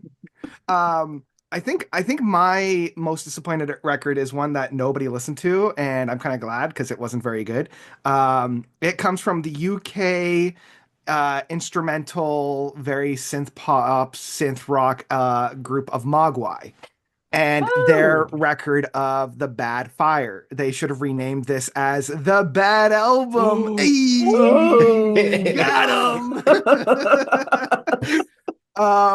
No, it's just I don't know, guys. Like, okay, I love Mogwai. Mogwai is one of my favorite post-rock albums or post-rock bands ever. They've come out with just banger after banger after banger of records. They've done amazing work in the soundtracks. Their 2021 record, As the Love Continues, was probably one of the best records that they had. And I just felt like every record that they were putting out improved upon the last, basically starting from um, like Happy Songs for Happy People back in 2003, coming out with Mr. Beast and then doing a bunch of soundtracks. The Hawk is Howling, Hardcore Will Never Die, But You Will, which again is still pinnacle. Rave Tapes and Atomic and Every Country Sun, like each record topped the last one. And as you know, we came to the penultimate one of As Love Continues, I was like, whatever they're going to do next is going to be huge. It's going to be big because they are building upon each record. And then we got The Bad Fire, and I'm like, oh, this is probably Ooh. their worst record Ooh. really See, ever. Like, I am a rave tapes. I will disintegrate rave tapes. I think it's bloody awful, quite no, frankly. To I be honest, like with Rave you. Tapes. I will stand on a mountain and with a big sign up saying rave tapes kind of sucks. And I will basically like flag down moving traffic with it, that sort of Yeah, thing. yeah, yeah, yeah, So yeah. I will be intrigued. I'm gonna have to give it a listen now. I haven't listened to it yet. It's been on Yeah, my radar to give it a listen to, but it's I want to yeah. waste my time. I want to waste my time. I want to find out if it's Waste your terrible. time. It's Yeah, I yeah, don't yeah. I'm know, gonna do it. man. I'm I gonna don't do it. know. I came to this record with so high expectations, and the singles that they were releasing, I was just like, okay, this can work in the context of the record. And then I got the record, I'm like, oh no, they can't. Oh no, it's not good. It's not good. I would just rather go back to As the Love Continues in Every Son's Country, and even the whole like Hardcore Will Never Die, But You Will, like the three albums that they put out with that, with Lost Less Revenants, and the Wretched Viral Lore. Um, if you ever get a chance, you should listen to their unreleased track of The Singing Mountain.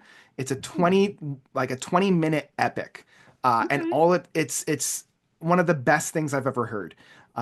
Like bar none. It's 20 minutes. Ooh. It's this very atmospheric build, and all it is two separate builds that just and I wish that they had put that on Hardcore Will Never Die, But You Will, because it was recorded in that same session. I almost wish that they condensed the record so that it would be the proper record of Hardcore Will Never Die on three sides, and then the Singing Mountain on the fourth side. Sadly, that didn't happen, and I just have to go to YouTube and listen to it because it's still unreleased. I don't think they've actually ever put it out on a proper record. But anyway, that's my little band of Mogwai. I love them. They're from UK, and they make some amazing soundscapes and amazing atmosphere. Um, don't listen to this one. Listen to The Hawk is Howling, Hardcore Will Never Die, But You Will, Happy Songs for Happy People, or my favorite record from them, As the Love Continues. The Bad Fire is a bad album. So, Ooh. yeah, that's where I'm at for my most disappointed records. I have a feeling none of you guys gave this one a listen, and that's I fair. have a very I'm sorry. surface level knowledge of Mogwai. I think I've only ever listened to their very first record in Okay. That is a full. banger, to be fair. That That one is is a banger. It, honestly, it's a banger. It's a banger. it's a good record, 10 so. Rapids, I think it is. Either that or yeah, 10 Rapids, Young because team. Come on, Die Young, I think came out in No, '99. So okay, maybe it wasn't their first record. Oh, Whichever the one first record has was like Young the Team. Young Team. That Yeah, was the Young one. Team was their first oh, one. Okay, it was their first record. Yeah, yeah, yeah. Yeah, yeah. Young Team. That's about the only 97. one I really know from them. Hmm. And, I've listened to like a track here and there. Post rock is kind of a love it or hate it thing for me, so Yeah, kind post-rock. of Love post yeah. rock. I love, yeah, especially when they get into this kind of experimentation and like Oh we're yeah. just gonna see what these sound like. Like we'll just throw the guitars at the walls and see what sounds they make. Yeah. Like love Yeah. that. Love that. um, so yeah, any dishonorable mentions? I have a couple. I have a couple. We've already talked a little bit about a few of them. Again, I already touched upon the overview. Upon when it first came out, I was disappointed, but I've warmed up to it. And actually, we've talked about one. I'm going to make Travis very sad because it was Coheed and Cambria. So we already talked about Oh. that. That was one of my biggest disappointments. Um, Again, just because I liked Vaxis Act 1 and 2 so much, and I was excited to see where they would go. Um, but one, and I'm apologizing, and I'm so sorry, Nathan. I will mail you a box of chocolates.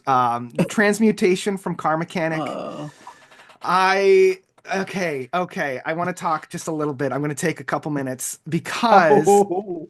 because the amount of star power that's found on this record, right? The sheer talent, the weight, the unbearable weight of massive talent that's found on this record does not compute with the final product. It's like the inputs into the machine were amazing, but then the output was just like okay. Like it's like when you go to a five-star Michelin restaurant, right? And you've got the best cooks, the best ingredients, the best machinery, and then you get a really good ham sandwich, right? It's like, well, I was hoping for a steak, I was hoping for like filet mignon, I was hoping for like surf and turf, and I get a really good ham sandwich. It's like, well, Plate of chicky nugs. a plate of chicken nuggets. It's Oh, like I love chicken I nuggets. love chicken nuggets, Dude, which is why who I said doesn't? ham sandwich, right? Um, but I don't know, like and I love Car Mechanic, right? Like Who's the Boss in the Factory is like a top tier, top shelf, be all end all. That is one album that I will constantly sing the praises for. And I just felt like again, with who we have on this album, like Thomas Bodine, I think is on this record for a couple tracks. We've got Andy Tillison that's on this. John Mitchell is singing throughout most of it. And I friggin' love Jonas Ringgold. He's one of my top 5 bass players. I don't think he gets the love that he deserves. I feel like he should be on the same talking points as Flea, as, oh gosh, why can't I remember the bass player from Primus? Help me out, guys. Les Claypool. Thank you, Les Claypool. Geddy Lee and Chris Squire and Tony Levin. Like, I feel like Jonas Ringgold should be included in those conversations. And what we get on here is just good neo progressive rock, retro prog rock that I could hear on almost any other band. You throw a penny and you're going to hit. Dios mío. I know, Mamma Mia. Right? I am My Team Nathan God. on this album. I am Team Nathan on this Car Mechanicum. I freaking love it. I think it's fantastic. I don't know, love guys. I don't know. I gave this album so many spins to be like, okay, there's gotta be something here. With the amount of star power that's found on this record, there's gotta be something here. And I just, even my earphones are revolting against me. I don't know. I did not connect with this record. That's a shame. That is a Yeah, shame. it's a shame. And I wish I could, because on paper, this should have been like a forerunner for my favorite record of the year. And it just kind of fell flat. And honestly, I have one man to blame, and that man's name is Jacob Burberge, because he rose the bar so high that I'm like, oh, this is the star power that we should be working with. It's the French Canadians' fault again. It's all his fault. All his fault. So, yeah. Okay, I'm going to get off my soapbox. I'm in between the two camps on Car Mechanic. I've only given it one listen. I thought it was all right, but I'm just not really a big neo-prog guy myself. Like, neo-prog is kind of a take it or I leave love it. this album. But- I thought it was fantastic. Glad someone else did. Yeah. From start I to love finish, it. I thought it was brilliant. I really, really Nice. loved it. Yeah. And I was like horribly naive as to who was on this record. So when you mentioned John Mitchell, I was like, oh, I didn't realize that was him. Yeah, Yeah. it's So for me, it's almost like this juxtaposition, because I expect the regular singer of Car Mechanic to be on this, and then when I hear John Mitchell, I'm like, oh, when did we get into a Frost and Lonely Robot album? and I Where, really it's liked like I that walked Frost album into. last year. So Yeah, it feels like I'm Grandpa Simpson walking into the Menage, the burlesque house. the burlesque Maison house. It's like, Derriere. the Maison Derriere. Thank you. Yeah, Maison walks Derriere. in, sees Bart, and I see John Mitchell. I'm like, ooh, and then turn right back around and leave.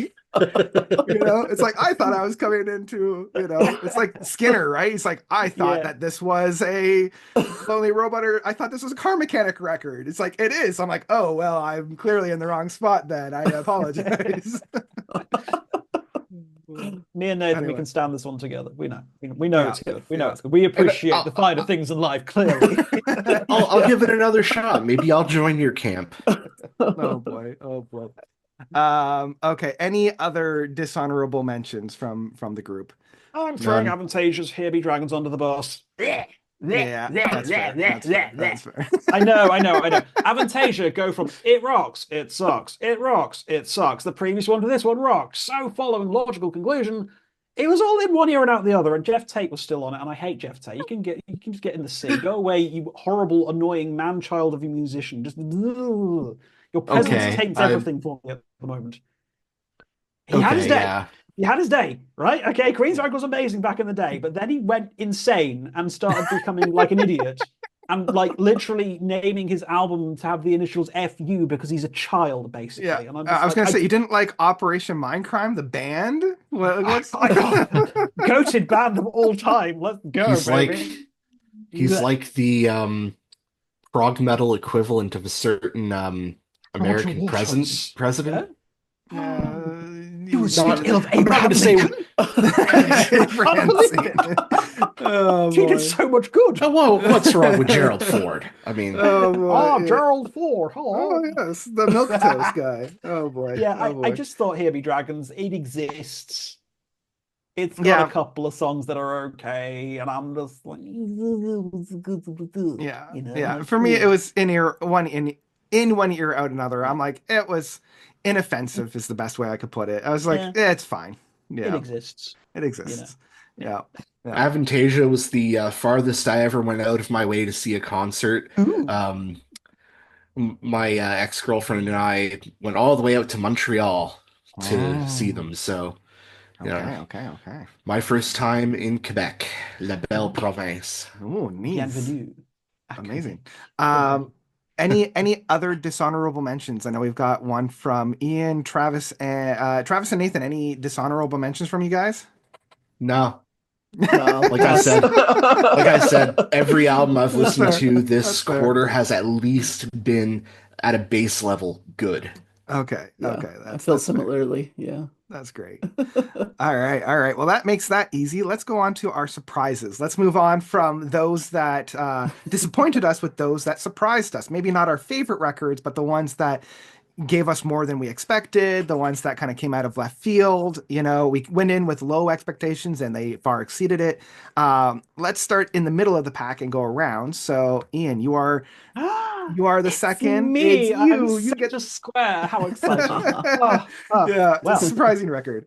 Okay, so there's a band that I've been following for a while, and every time they put something out, I'm like, I want to love this because everyone else tells me it's amazing and it's the greatest thing since sliced bread, and listen to it. And I'm like, no, it doesn't work for me. I don't like it. But it clicked. It finally clicked. I'm so excited. I actually like an Imperial Triumphant album. I'm gonna have to cover that bit there. Oh. Gold Star by Imperial Triumphant. I'm gonna hold this up for a little bit because she's not safe for work. So I'm gonna have to censor that when I eventually get around to reviewing it. Yeah, Imperial Triumphant, very avant-garde black metal band. They've been very, very, very much critically lauded for a very long time. Everything that's theirs has come out has been like top dog of everyone's list, yada yada yada. And every time I've listened to them, I'm just like, I don't get it. Mm, What? I don't, what? But I huh? think with this one, if they come out and it's a much shorter experience, it's like 38 minutes long or something like that. And in its own words, it's Gold Star, 9 Class A tunes. Now, the whole thing with them is that they lean into that sort of like 1920s cigarette packaging aesthetic. You know, everything feels a little bit Metropolis in terms of that. I mean, even if we just look at the album out there, you can kind of see that kind of Yeah, it's giving me Metropolis vibes. exactly, exactly. And they kind of lean into that because they're another one of these masked bands. They got that kind of aesthetic going on there. So it's just a Hmm. trio. Hmm. It's incredible. It's really, really hooked me in. I wasn't sure going into this one. I thought, here we go again. It's that time of the decade where Imperial Triumphant once again have released an album, and I'm once again going to. And then it was like a crash zoom, and I was like, oh, oh Oh. no, this is really good. And I was like, oh God, what's happened to me? I'm enjoying an Imperial Triumphant record for the first time ever. But I think the most important thing about this is that not only was I surprised by how much I enjoyed it, it also kind of made me look backwards into their catalog. Maybe now I have the keys to Oh. accessing what I was missing before. So I went back and listened to a couple more of their records, and I'm like, oh no, I get it now. A whole new world of exciting symphony and flavor awaits me. And I was so pleased. I was so, so pleased. And that's the main reason why I've had to put it at the top of my surprises, just because of how much I enjoyed it, has enabled me to enjoy previous albums of theirs that I never really had a flavor for before. So it's very avant-garde, it's very experimental, it's quite noisy, it's quite brutalist in places, but there are moments of just these extraordinary technical virtuosic moments on it. There's a drum solo, I think it's on the penultimate track of Pleasure Dome, I think it is. Oh my God. That is a drum. That's how you do a drum solo. And there's this crazy bass solo as well on one of the early tracks. It comes out of nowhere and it hooks you for left field. Even the two interstitial tracks are amazing. Like one of them is literally like an old-timey radio advert about, try new Gold Star. It's like talking about the record like it's a bunch of cigarettes. Vocals just over the top, like gramophone style sound effects, and it's only like a minute long, Hmm. but it just comes out of nowhere. I think you'll dig it. I think you'll dig it, Okay, Matt. I think you'll okay. have a good time with this one. Hmm. Like I say, it's up there with bands like Swans can never get into, IQ can never get into, Imperial Triumphant can never get into, but I've cracked the key with this one, and Right. I'm loving it. I love it so very much. I mean, I bought the damn thing, so Yeah. that tells you everything you need to know. Sign of quality, I've bought it, although that doesn't always apply because sometimes I'm just filling in gaps on my discography. But in this case, absolutely love it. I am working on a review at some point, but Def Heaven's going to take precedence. But then I'll get one out of this, and then I'll be talking about it, going, ah, love it. I legit thought you were going to say IQ with your lead up, and I'm like, oh, is it going to be IQ Dominion? Oh, is that going to be the one? Is I have you might finally be cracked the talking code? about them in a little bit anyway. So Okay, okay, okay, okay. yeah. Yeah, sadly I haven't even heard of these guys before, so I'm going to Ooh, check them Same. out. Yeah. Me neither. Yeah. yeah. Yeah. I think you'll definitely dig on them notes. I think you'll have a Okay. good time. Okay. Okay. Yeah, Gold Okay, Star, Imperial Triumphant. that's the one. Let's go counterclockwise. Let's go to Nathan. Nathan, what was an album from you that really surprised you? My choice for this is the new Dominic Sanderson album, Blazing Revelations, that I Hmm. really enjoyed. Just a cool throwback classic prog record, very much in the style of a Vandergraaf Generator and like King Crimson and those styles. It definitely is a little bit raw in its sound. It's a little bit less produced, but it kind of adds to the charm and to that kind of old school prog quality. And I like this a lot more than his previous record, which I enjoyed, but I thought, was missing something. But I thought this really brought it all together. It has a lot of really cool, complex proggy sections, brings somewhat of a modern aesthetic too, maybe like a Steven Wilson side to it at times, and kind of this old school Genesis feel at times as well. So it just kind of brings together all these cool different prog bands that I love and brings it into a modern era. And another great young musician that's kind of bringing prog into the forefront, kind of like Jacob Roberge. And so I thought it was really cool and really a fun listen. I loved it. I didn't like this one. Ah, I loved it. Oops. Again, I'm Team Nathan again on this one. I bought the Yes. vinyl like after two As long listens as because I have I 1% adored on it. my side, I'm happy. I see. I don't like Vandergraaf Generator. I think Peter Hamill's vocals is like literally like being tortured. It sounds like a cat that's being murdered. I hate Peter Hamill's vocals so much. And it surprised me that I enjoyed this album as much as I did because like Dominic's vocals are in a similar kind of aesthetic style to Peter Hamill's. So I thought Right. I'm not gonna like this. As soon as he opened his mouth, I thought, oh no, here we go. But I got over the hump because I found the music so interesting, so much of an exciting throwback to the sort of like old school style prog. I just loved it. I absolutely loved it. I got two listens in, gave it. Did I fully review it? I think I did. Did I? I must have done. Yeah, I think I did. Yeah, you I don't did. even You did. yeah. It's like, yeah, you did. Yeah, you did. Whatever. Yeah, you did. But I ordered the vinyl like after two spins because I was like, oh God, I love this. I was absolutely floored by it. That was another on my list of surprises as well. But I think again, I figured I'd let you have that one because Thank you. I just wanted to glorify Imperial Triumphant because nobody else bloody would. Fair. Yeah, I'm thoroughly Team Nathan on Dominic Sanderson's new album. I think it's brilliant. I absolutely love it, start to finish. I think it's a fascinating piece. I think yeah, I love it. That's Yeah. fair. That's fair. I'm putting that one on my homework list. Yeah, that's fair. Yeah, guys, I'm not gonna tear this one apart like I did with, the other ones that I've torn apart. I just for me and I know that this comes inherent with progressive rock at this point, but the influences were far too apparent with this one, and I would rather sit down and listen to God Bluff, Pawn Hearts, Still Life from Vandergraaf Generator than listen to this. I think I just yeah, I think Peter Hamill has a very good case if you ever wanted to start knocking on Dominic's door and be like, "Hey, can I have my voice back, please?" Because that's intellectual property right there, my friend.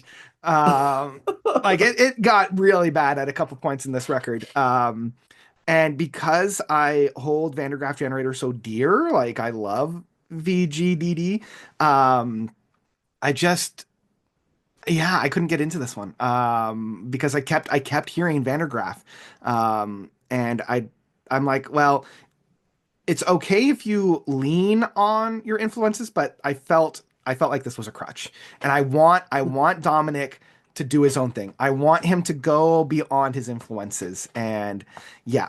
But I'm gonna leave it there because I don't. I know you guys love this record, and I don't want to. I don't want to shoot Yeah. shoot it down completely. Um, Yeah, I'm not a big like I don't know much of Vandergraaf Generator's music. Maybe that helps like to enjoy it more, to not be as familiar with yeah. Vandergraaf, so you don't hear those similarities quite as badly, maybe. But Yeah, yeah, I I I enjoyed would it for what it was. Yeah, I would recommend checking out Pawn Hearts. I think is probably the most accessible of their records. That's really big because they're very much in the same van as like King Crimson and a gentle giant, and like you got to know what you're getting into in order to get into them. But also, I feel World Record is another one of theirs that is an unsung hero in terms of accessibility, especially their big 20-minute track, and then the track that follows that up with Wandering. Um, Okay. I think it's a really good, friendly way of getting into the band. And then just go to their Nice. classics like H to He, God Bluff, and Still Life. I would, yeah, yeah. That's if you're Sounds trying to good. get into Vandergraaf, that's how I would get into them. Okay. Cool. Yeah. Okay. Okay, so a surprise record for me, I was kind of going back and forth because there were a couple, but we already kind of talked about them, and I don't want to reach back into the same pool. Like Lonely People with Power from Deaf Haven definitely surprised me, especially after Infinite Granite. Um, I will touch upon a little bit with Dominion by IQ surprised me. IQ is my favorite neo-prog group, bar none. And their last two records, I know people love Rotobones, but it's an album I I don't can see it really. right Yeah, it was right there. there. As well as Resistance. Those two records just after the run of Ever, uh, 7 songs for 98 is fine. But the Seventh House, Dark Matter, Frequency, like that run of records is brilliant. Um, and I just felt like Road of Bones and Resistance was a trip, a little bit of a stumble. And Dominion, I think for me, was one of the first ones to kind of get back to that really juice that I love with IQ. But the one that I want to talk about in my surprise was Spelling. We already talked about Spelling, and I wanted to really champion her, so that's my pick with Portraits of My Heart. What really surprised me wasn't necessarily the quality, because I knew this album was going to be good, but it was the tonal shift. As I mentioned, this is much more of a rocking album. Like it's harder, it's more aggressive, it's got like a traditional rock groove to it. The As I mentioned, the electric guitars, the drum work, the bass work. She's really experimenting in genres more so than I think a lot of other acts in her sphere are. I feel like she is not afraid to bend genres, where a lot of these dream synth pop acts will just kind of stay in their little bubble and create some really amazing, really great music. Spelling is embracing some change. She's embracing other things.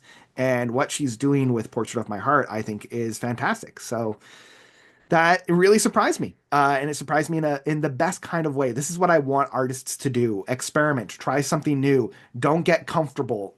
Try to always go outside of your comfort zone, and you'll make some really interesting and really dynamic music. Like the last artist that really did this to this success, I think, would be a band like, or an artist like Prince. Prince was always trying new things. He was always, not everything landed for me, not everything worked, but he was never afraid to try those new things. And I think Spelling is really harboring that same essence. So yeah, that really surprised me, and I can't stop listening to it. Like I wish that both Deaf Haven and Spelling didn't drop their albums on the same day, so I can at least spend some actual time with both of these records instead of Mm. flip-flopping back and forth. But here we are at the end of March, a glutton for punishment in that sense. So yeah, that gets my most surprising record of the last 3 months, and man, um, so yeah, I know you guys don't have a lot to say because I don't think anybody's I'm actually gonna listened to listen. it I yet. am gonna listen Not to it. Yeah, yet. it's at The the Okay. top of phrase you my get, list. yeah, Yeah. the phrase you get Okay. hooked on. I've got to go I check it out. think I have it Great. saved on Spotify. It's yeah, it's such a great record. Okay, Travis, bring us home. What was an album that really, really surprised you within these first 3 months? So this one I guarantee nobody here has heard yet. And Okay. it was actually the first record that was released this year on January 3rd. It's by a YouTuber named Miles in Transit. I remember Now, you talking about this. yeah, yeah. So Miles in Transit, his whole shtick is he does YouTube videos about public transit in the United States, a little bit of Canada too. big focus on like public train services like Amtrak. He's done Via Rail and Go Is he the Transit one here with in the GoPro Canada. like right on his head? Or am I thinking of a No, different guy? Okay, never mind then. no. He kind of I'm looks thinking like about he could British one. have been in like an emo band in the mid 2000s with the big, thick frame glasses and Okay, the I'm thinking of slick somebody else back then. hair. Uh, but he put out an album because on his channel he has like a bunch of little musical stabs that kind of come in, and he does them himself with his friend Jackson Betts, and they work together to put out an album. And some of the music is a little bit themed on his like transit adventures, like Hardly Ever Runs on Time, which sounds like this beautiful trad pop kind of song about a woman until you realize he's talking about a bus service in his hometown. It's Ah, really Hmm. clever. Um, and the first two tracks on it are just, oh, they're great. Diner Factory, kind of a bluesy rock and roll kind of tune, and Candle, which has this like really cool, like 70s funk kind of approach. I love it. It's just, it came out of nowhere because I mean I wasn't expecting a YouTuber I'd been following for a while to put out an album, but here we are, and it's surprisingly pretty good. Even the one track that is sort of a call out to a company that sponsors his videos a lot. It's like ah, it's an advertisement. It's literally an advertisement. Even that track is just kind of it's fun. Mhm. But yeah, I have love my this album. It's attention. fun. It's just it's good fun, and I wasn't expecting it. It kind of came out of nowhere, and I kind of want to see what he puts out in the future if he does another album with this Jackson Betts fellow, because yeah, All right. great musicianship on it, Hmm. fun songwriting. Um, yeah, that was the one that surprised me the most this year. Right on. Yeah, Intriguing. unfortunately, I'd never Hmm, heard of this, so me I got neither. nothing. Yeah. Cool. Great. Any honorable mentions with the surprises? I talked about my two, The Lonely People and Dominion. Any Uh, other I've surprises? I've got one. Sure. Jethro Tull, Curious Ruminant. Oh, Yeah, yeah. yeah, That yeah, was surprisingly decent. I mean, after his last couple, the Zealot Gene and Rockeflut, yeah, yeah, yeah, yeah, yeah. or however you pronounce it, I went into Curious Ruminant expecting it to be Hmm. terrible, Hmm. or Hmm. at least just meh, and it actually turned out to be a fairly decent record, especially considering, I mean, Ian Anderson's voice is aged. There's no getting around that. And I find that on this album, they worked around that a little better than they did on the last couple. Sure. Yeah, So, Interesting. I really liked the new Jethro Tull. I thought it was the strongest from Ian Anderson since Homo Eroticus. Because I really love that record. And yeah, I'm still waiting for the Jethro Tull album to really wow me in the same way that Homo Eroticus does. But it was still really good. I would say that's the best one of these new three Jethro Tull Sure. records. Yeah. Yeah. another For one sure. that surprised me was Tempora Mutantur by Lunar, Hmm. Hmm. Hmm. because Hmm. when Ian first shared it with us, I took one look at the cover and went, "This is not going to be for me at all. Ho This ho ho ho. this is this is probably going to be more shrieky black metal stuff, isn't it?" And then I'm like, "Well, I got nothing Oh. better to listen to, so I'll pop the first." And then, like, literally that first note, like with the Uh-huh. saxophone and the Uh-huh. guitar, and I'm just like, Yeah. It's like, hang on a minute. "Hold on, Yeah. Yeah. hold Yeah. up, Yeah. Yeah. like, Yeah. Yeah. what?" Yeah, that's Yeah. what got me with it as well. I was like, hang on a minute. That Wait a second. what? What? Yeah. I was like, I okay, now I'm into it. I And then literally and bought the then just tape from them because Yeah, I yeah. just loved it so much. oh, cassette, I got Yeah, I have the that. cassette from them. Yeah. Mm. Yeah. Yeah, and then just like the rest of the album, I'm just like being bombarded by like moments of like, whoa, whoa, what's that? What? Yeah. So yeah, that was the other big surprise for me this Amazing. this Yeah. quarter. Yeah. Got a Any couple. others? I got a couple. Sure. Bloodywood, we've already touched on briefly with New Delhi. I'm just like, who knew that it would take a band from like New Delhi to make the coolest new metal album I've heard in like So 20 good. years? It's Yeah. relentlessly entertaining. Every single song is just pure, unadulterated early 2000s fun. Yeah. It's just so cool. It's just so much fun. Like some friends of mine went to see them live in Manchester a few days ago, and I'm like, oh, I only discovered them on the day the gig happened. I'm like, Yeah. yes. Yeah. I was Yeah. so upset. I was like, I would have loved to see them live. That'd been so cool. But Yeah. the one I want to talk about, which hasn't been mentioned yet, is an album called Bird in Paradise by the Cat Oh. Empire. Yeah, So Oh. much this is fun. really It is fun. Yeah. Oh. flamenco style, Latin jazz funk with great Oh, it's just endlessly entertaining. It's super, super fun. It's that kind of music which you can just put onto, you think, you'll light up a room with it. It's got so much life in it. It's got so much passion and energy. The Latin style and the flamenco grooves to it it's perfect. I have having so much fun with it. It's a great record. I'd listened to this band a while ago, like ages and ages and ages back, but like I think it was their sophomore I first listened to, like ages back, and I completely forgot the band existed. And then somebody recommended, like, oh, the Cat Empire's got a new. I was like, oh shoot, those guys are still active. And I listened to it, I'm like, oh, it's amazing. I love it. This is the most fun I've had in music in like 3 months. Because Yeah. it's just fun. It is an enormous amount of fun, and I cannot recommend enough that people check it out. Ooh, I will check that one It's out. a great one. Nathan, any honorable mentions from you? A lot of the ones I was thinking of it mentioned. One that hasn't though that I really loved is Dim Gray and their album Hmm. Shards, which to me Yeah. kind Yes, of it is. similar to like Mirror last year. It's kind of that sort of feel, like kind of a poppier prog, with really great melodies and beautiful kind of lush orchestration and soundscapes, but just really great, poppier, hookier songs that just really Yeah. stuck with me. So I really love that one.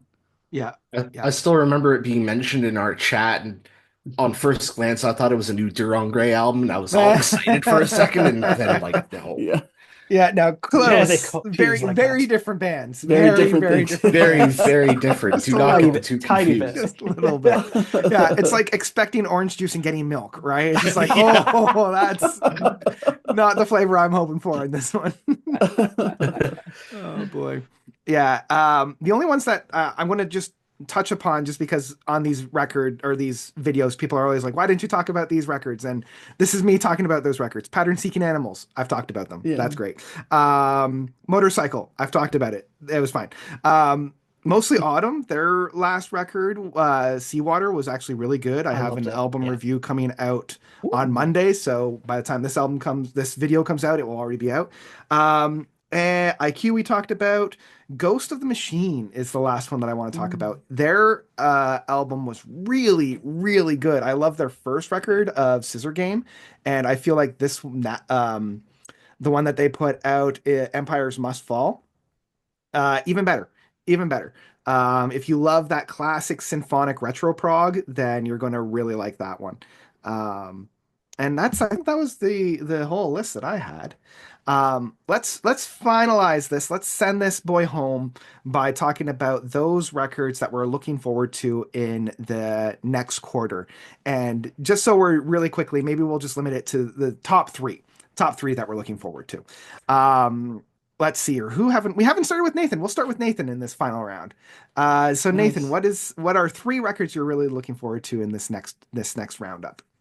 Okay. The first one that I'm really looking forward to is coming out April 4th, the Black Country New Road, a new album, Yeah. Forever How Long. I'm really Yeah, yeah, excited. yeah.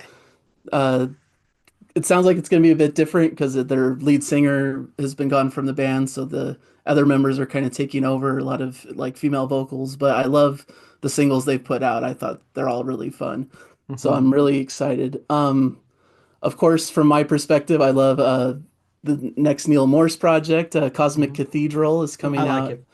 I've been on enjoying it a April lot. 25th. Yeah, it's a lot of fun. Yeah. Deep Water, featuring Chester Thompson and Phil Keaggy. It's just cool, kind of more jammier, more like kind of jazzier, but it's really cool.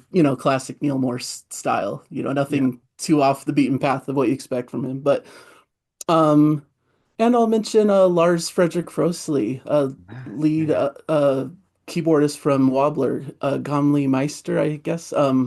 Coming out in May 9th. Really excited for that. So Yeah, his last Oh yeah, record was oh really yeah. good. I like that one Oh, as I well. loved it. Yeah. Yeah. yeah. I got Um, so excited when I saw there was a new one coming. I was like, oh, ooh, more. yeah. So I think we'll continue the counterclockwise. I'll go next. Obviously, Cosmic Cathedral. That one is. I'm also really looking forward to. I'm taking it with a grain of salt. The Flower Kings with Love. Yes. Yeah. Um, Again, their last handful haven't been all that exciting, but I'm hoping. I got And sent the then promo of it weirdly, even though I'm not the biggest fan, and it's okay. yeah. Well, I've listened to it and I don't want to give anything away. No, same. But But I'm hoping that it will connect with me a little bit more. Yeah. It's good. And then oh shoot, this is gonna really bug me. There's Songs for Lost Voices by Goodbye Mountain is coming out very ooh, soon. Goodbye Mountain, I believe, is the lead keyboardist for I Am the Manic Whale. ooh, And yeah. the album, I believe it's coming out in the next couple of weeks, and I've listened to it. It's very atmospheric. For me, it's nothing but like build-ups, crescendos, and then plateaus. Very soundscapey. It's all instrumental. It's all keyboard work, and I've been really digging it, and I'm really excited for everybody to listen to it. So that those would be Cool. my three: Flower Kings, Cosmic Cathedral, and Goodbye Mountain. All right, Travis, three from you. Uh, gonna have to echo the Cosmic Cathedral choice. Yeah, Yeah, it that's is definitely good. what I'm looking forward to. There's not really a lot coming up this quarter that speaks to me. Like, Okay, okay, okay. eh, Aryon's remixed and remastered Ooh. Human Equation. I I mean, have that on order. it's an album we're all Me too. familiar with, Yeah. but I'm gonna have to see if I can um, snag the vinyl on that because Yeah. Yeah, I totally pre-ordered that one. That completes my set for goated. Arion Records. Yep.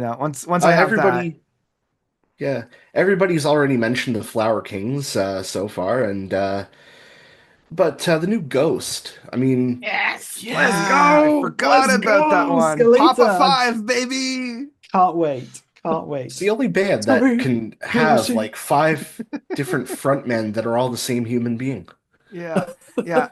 I So, was talking with my wife, and because it's a mask rather than prosthetics, if seeing him live, he'll be able to get all the phonemes and all Oh the yeah. sounds, and I'm really looking forward to seeing that. Mhm. And I mean, it looks darker, it looks gothic. I'm The lead really single's hope so good as the well. lead singer So sanitize, good. Satanize. um, Every I time it's love like it. heresy, blasphemy, Save save me. me. It's just so Ah! good, so good, so freaking I'm good. wondering who's going to be playing guitar on this record because last one was Frederick Akison from Opeth. Oh, was it actually? No Yeah, way. yeah, he played Yeah, all the guitar on the last That's yeah, Ghost cool. record. yeah. Don't even So like the record that much, but there we go. I I'm in the like same. I like the singles. I liked Kaisarion's The such a good Kaisarian's good. track. Yeah, yeah, the yeah. That's a first good half track. is good. The second half is not good. I'm not expecting them to go back to like the Uh, first couple no, records, no, no, Sure, no. yeah, but yeah. The Holy Trinity that is the first three Yeah, records. Yeah, yeah, yeah, yeah, but I'll be interested in seeing where this record takes them. yeah. That's yeah, fair. definitely. All right. Amazing. All right, Ian, bring us home. What are the three that Let's you're bring excited it for? home. Okay, so Ghost has now been taken off the docket, which is good because there's four I wanted to talk about, and I only have to talk about three, which is excellent. So I'm very pleased that Travis has done that. So Rivers of Nihil, their Oh, self-titled album's coming yeah. out soon. I'm very hyped for that. Yeah, I yeah, yeah. loved Where Owls Know My Name. I loved the work, even though people found it a bit controversial. I thought they both records were fantastic. So super, super, super hyped to hear more from them. Kardashev's new record as well, Alunia. So, so good. Please tell me you've listened to Kardashev before. Please, because right, okay, okay. Your Okay, homework okay. is to go away and listen to Liminal Right, Rite, by Kardashev. And that is Kardashev. You will love it, I guarantee it. That Okay, is a okay. guarantee of quality for you there. And the final record that I'm looking forward to, because I simp for this man so hard it's not even funny, it is Who Believes in Angels from Elton John and Brandy Carlisle. Oh yeah, I Um, forgot that's coming out. so excited for this. I think it's coming out Yeah. this coming Friday, and I'm like, Yeah. oh, Elton, I love you. I love you so much. I really I've liked listened, his yeah. lockdown record. His lockdown record Oh was yeah, really that was good. fun. That was Yeah. fun. But I've Yeah. listened to the upcoming singles from this, and I'm ready to have my emotions smashed all over the place. Just it's going to be so wonderful, and I cannot wait to listen to this one. Yeah. I might have to do a review of this one just because I will eventually do my Elton John ranking. I keep talking about doing it, and one of these Wow. days I'll find the time to do it. But I'm not ranking all of them because I can only spend so much time talking about Victim of Love before my brain wants to escape out my asshole because it's That's just the fair. worst album ever made. It's so awful. It's not even funny. Yeah. So I'll probably just end up ranking my favorite 10, something like that, whatever. That's fair. But yeah, That's fair. Elton John and Brandy Carlisle, Who Believes in Angels. I cannot wait. That's probably actually my most hyped for one. I'm not gonna lie to you, just because Elton's my man. Yeah, I Sure. love him. Love that. Love that. Amazing. Kardashev, Kardashev. Yeah. Um, Most bands on Spotify, when you hit their about, usually have like a 10 paragraph essay, and then Kardashev's just, we make death gaze. Yeah.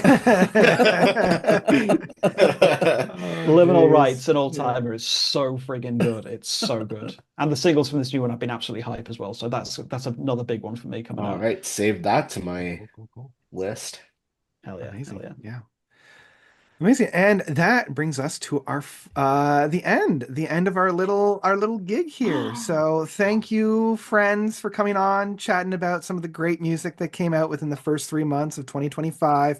Hopefully the next 3 months won't be as intense. Like if it is, we're in for a really, really good 2025. But like I need some time just to take a breather before jumping back in, man. I've got like 5 more albums I have to review before I even start touching some of these new releases. But yeah, thank you, Nathan, Ian, Travis, for coming on. I've left all of their channels down below. So if you haven't already shown these fellas some love, go and do so. Subscribe, like, ring those bells, get notified. And yeah, I think that's where we're going to leave it. Anything anybody wants to leave the audience with? Stay in school, Good. all that stuff.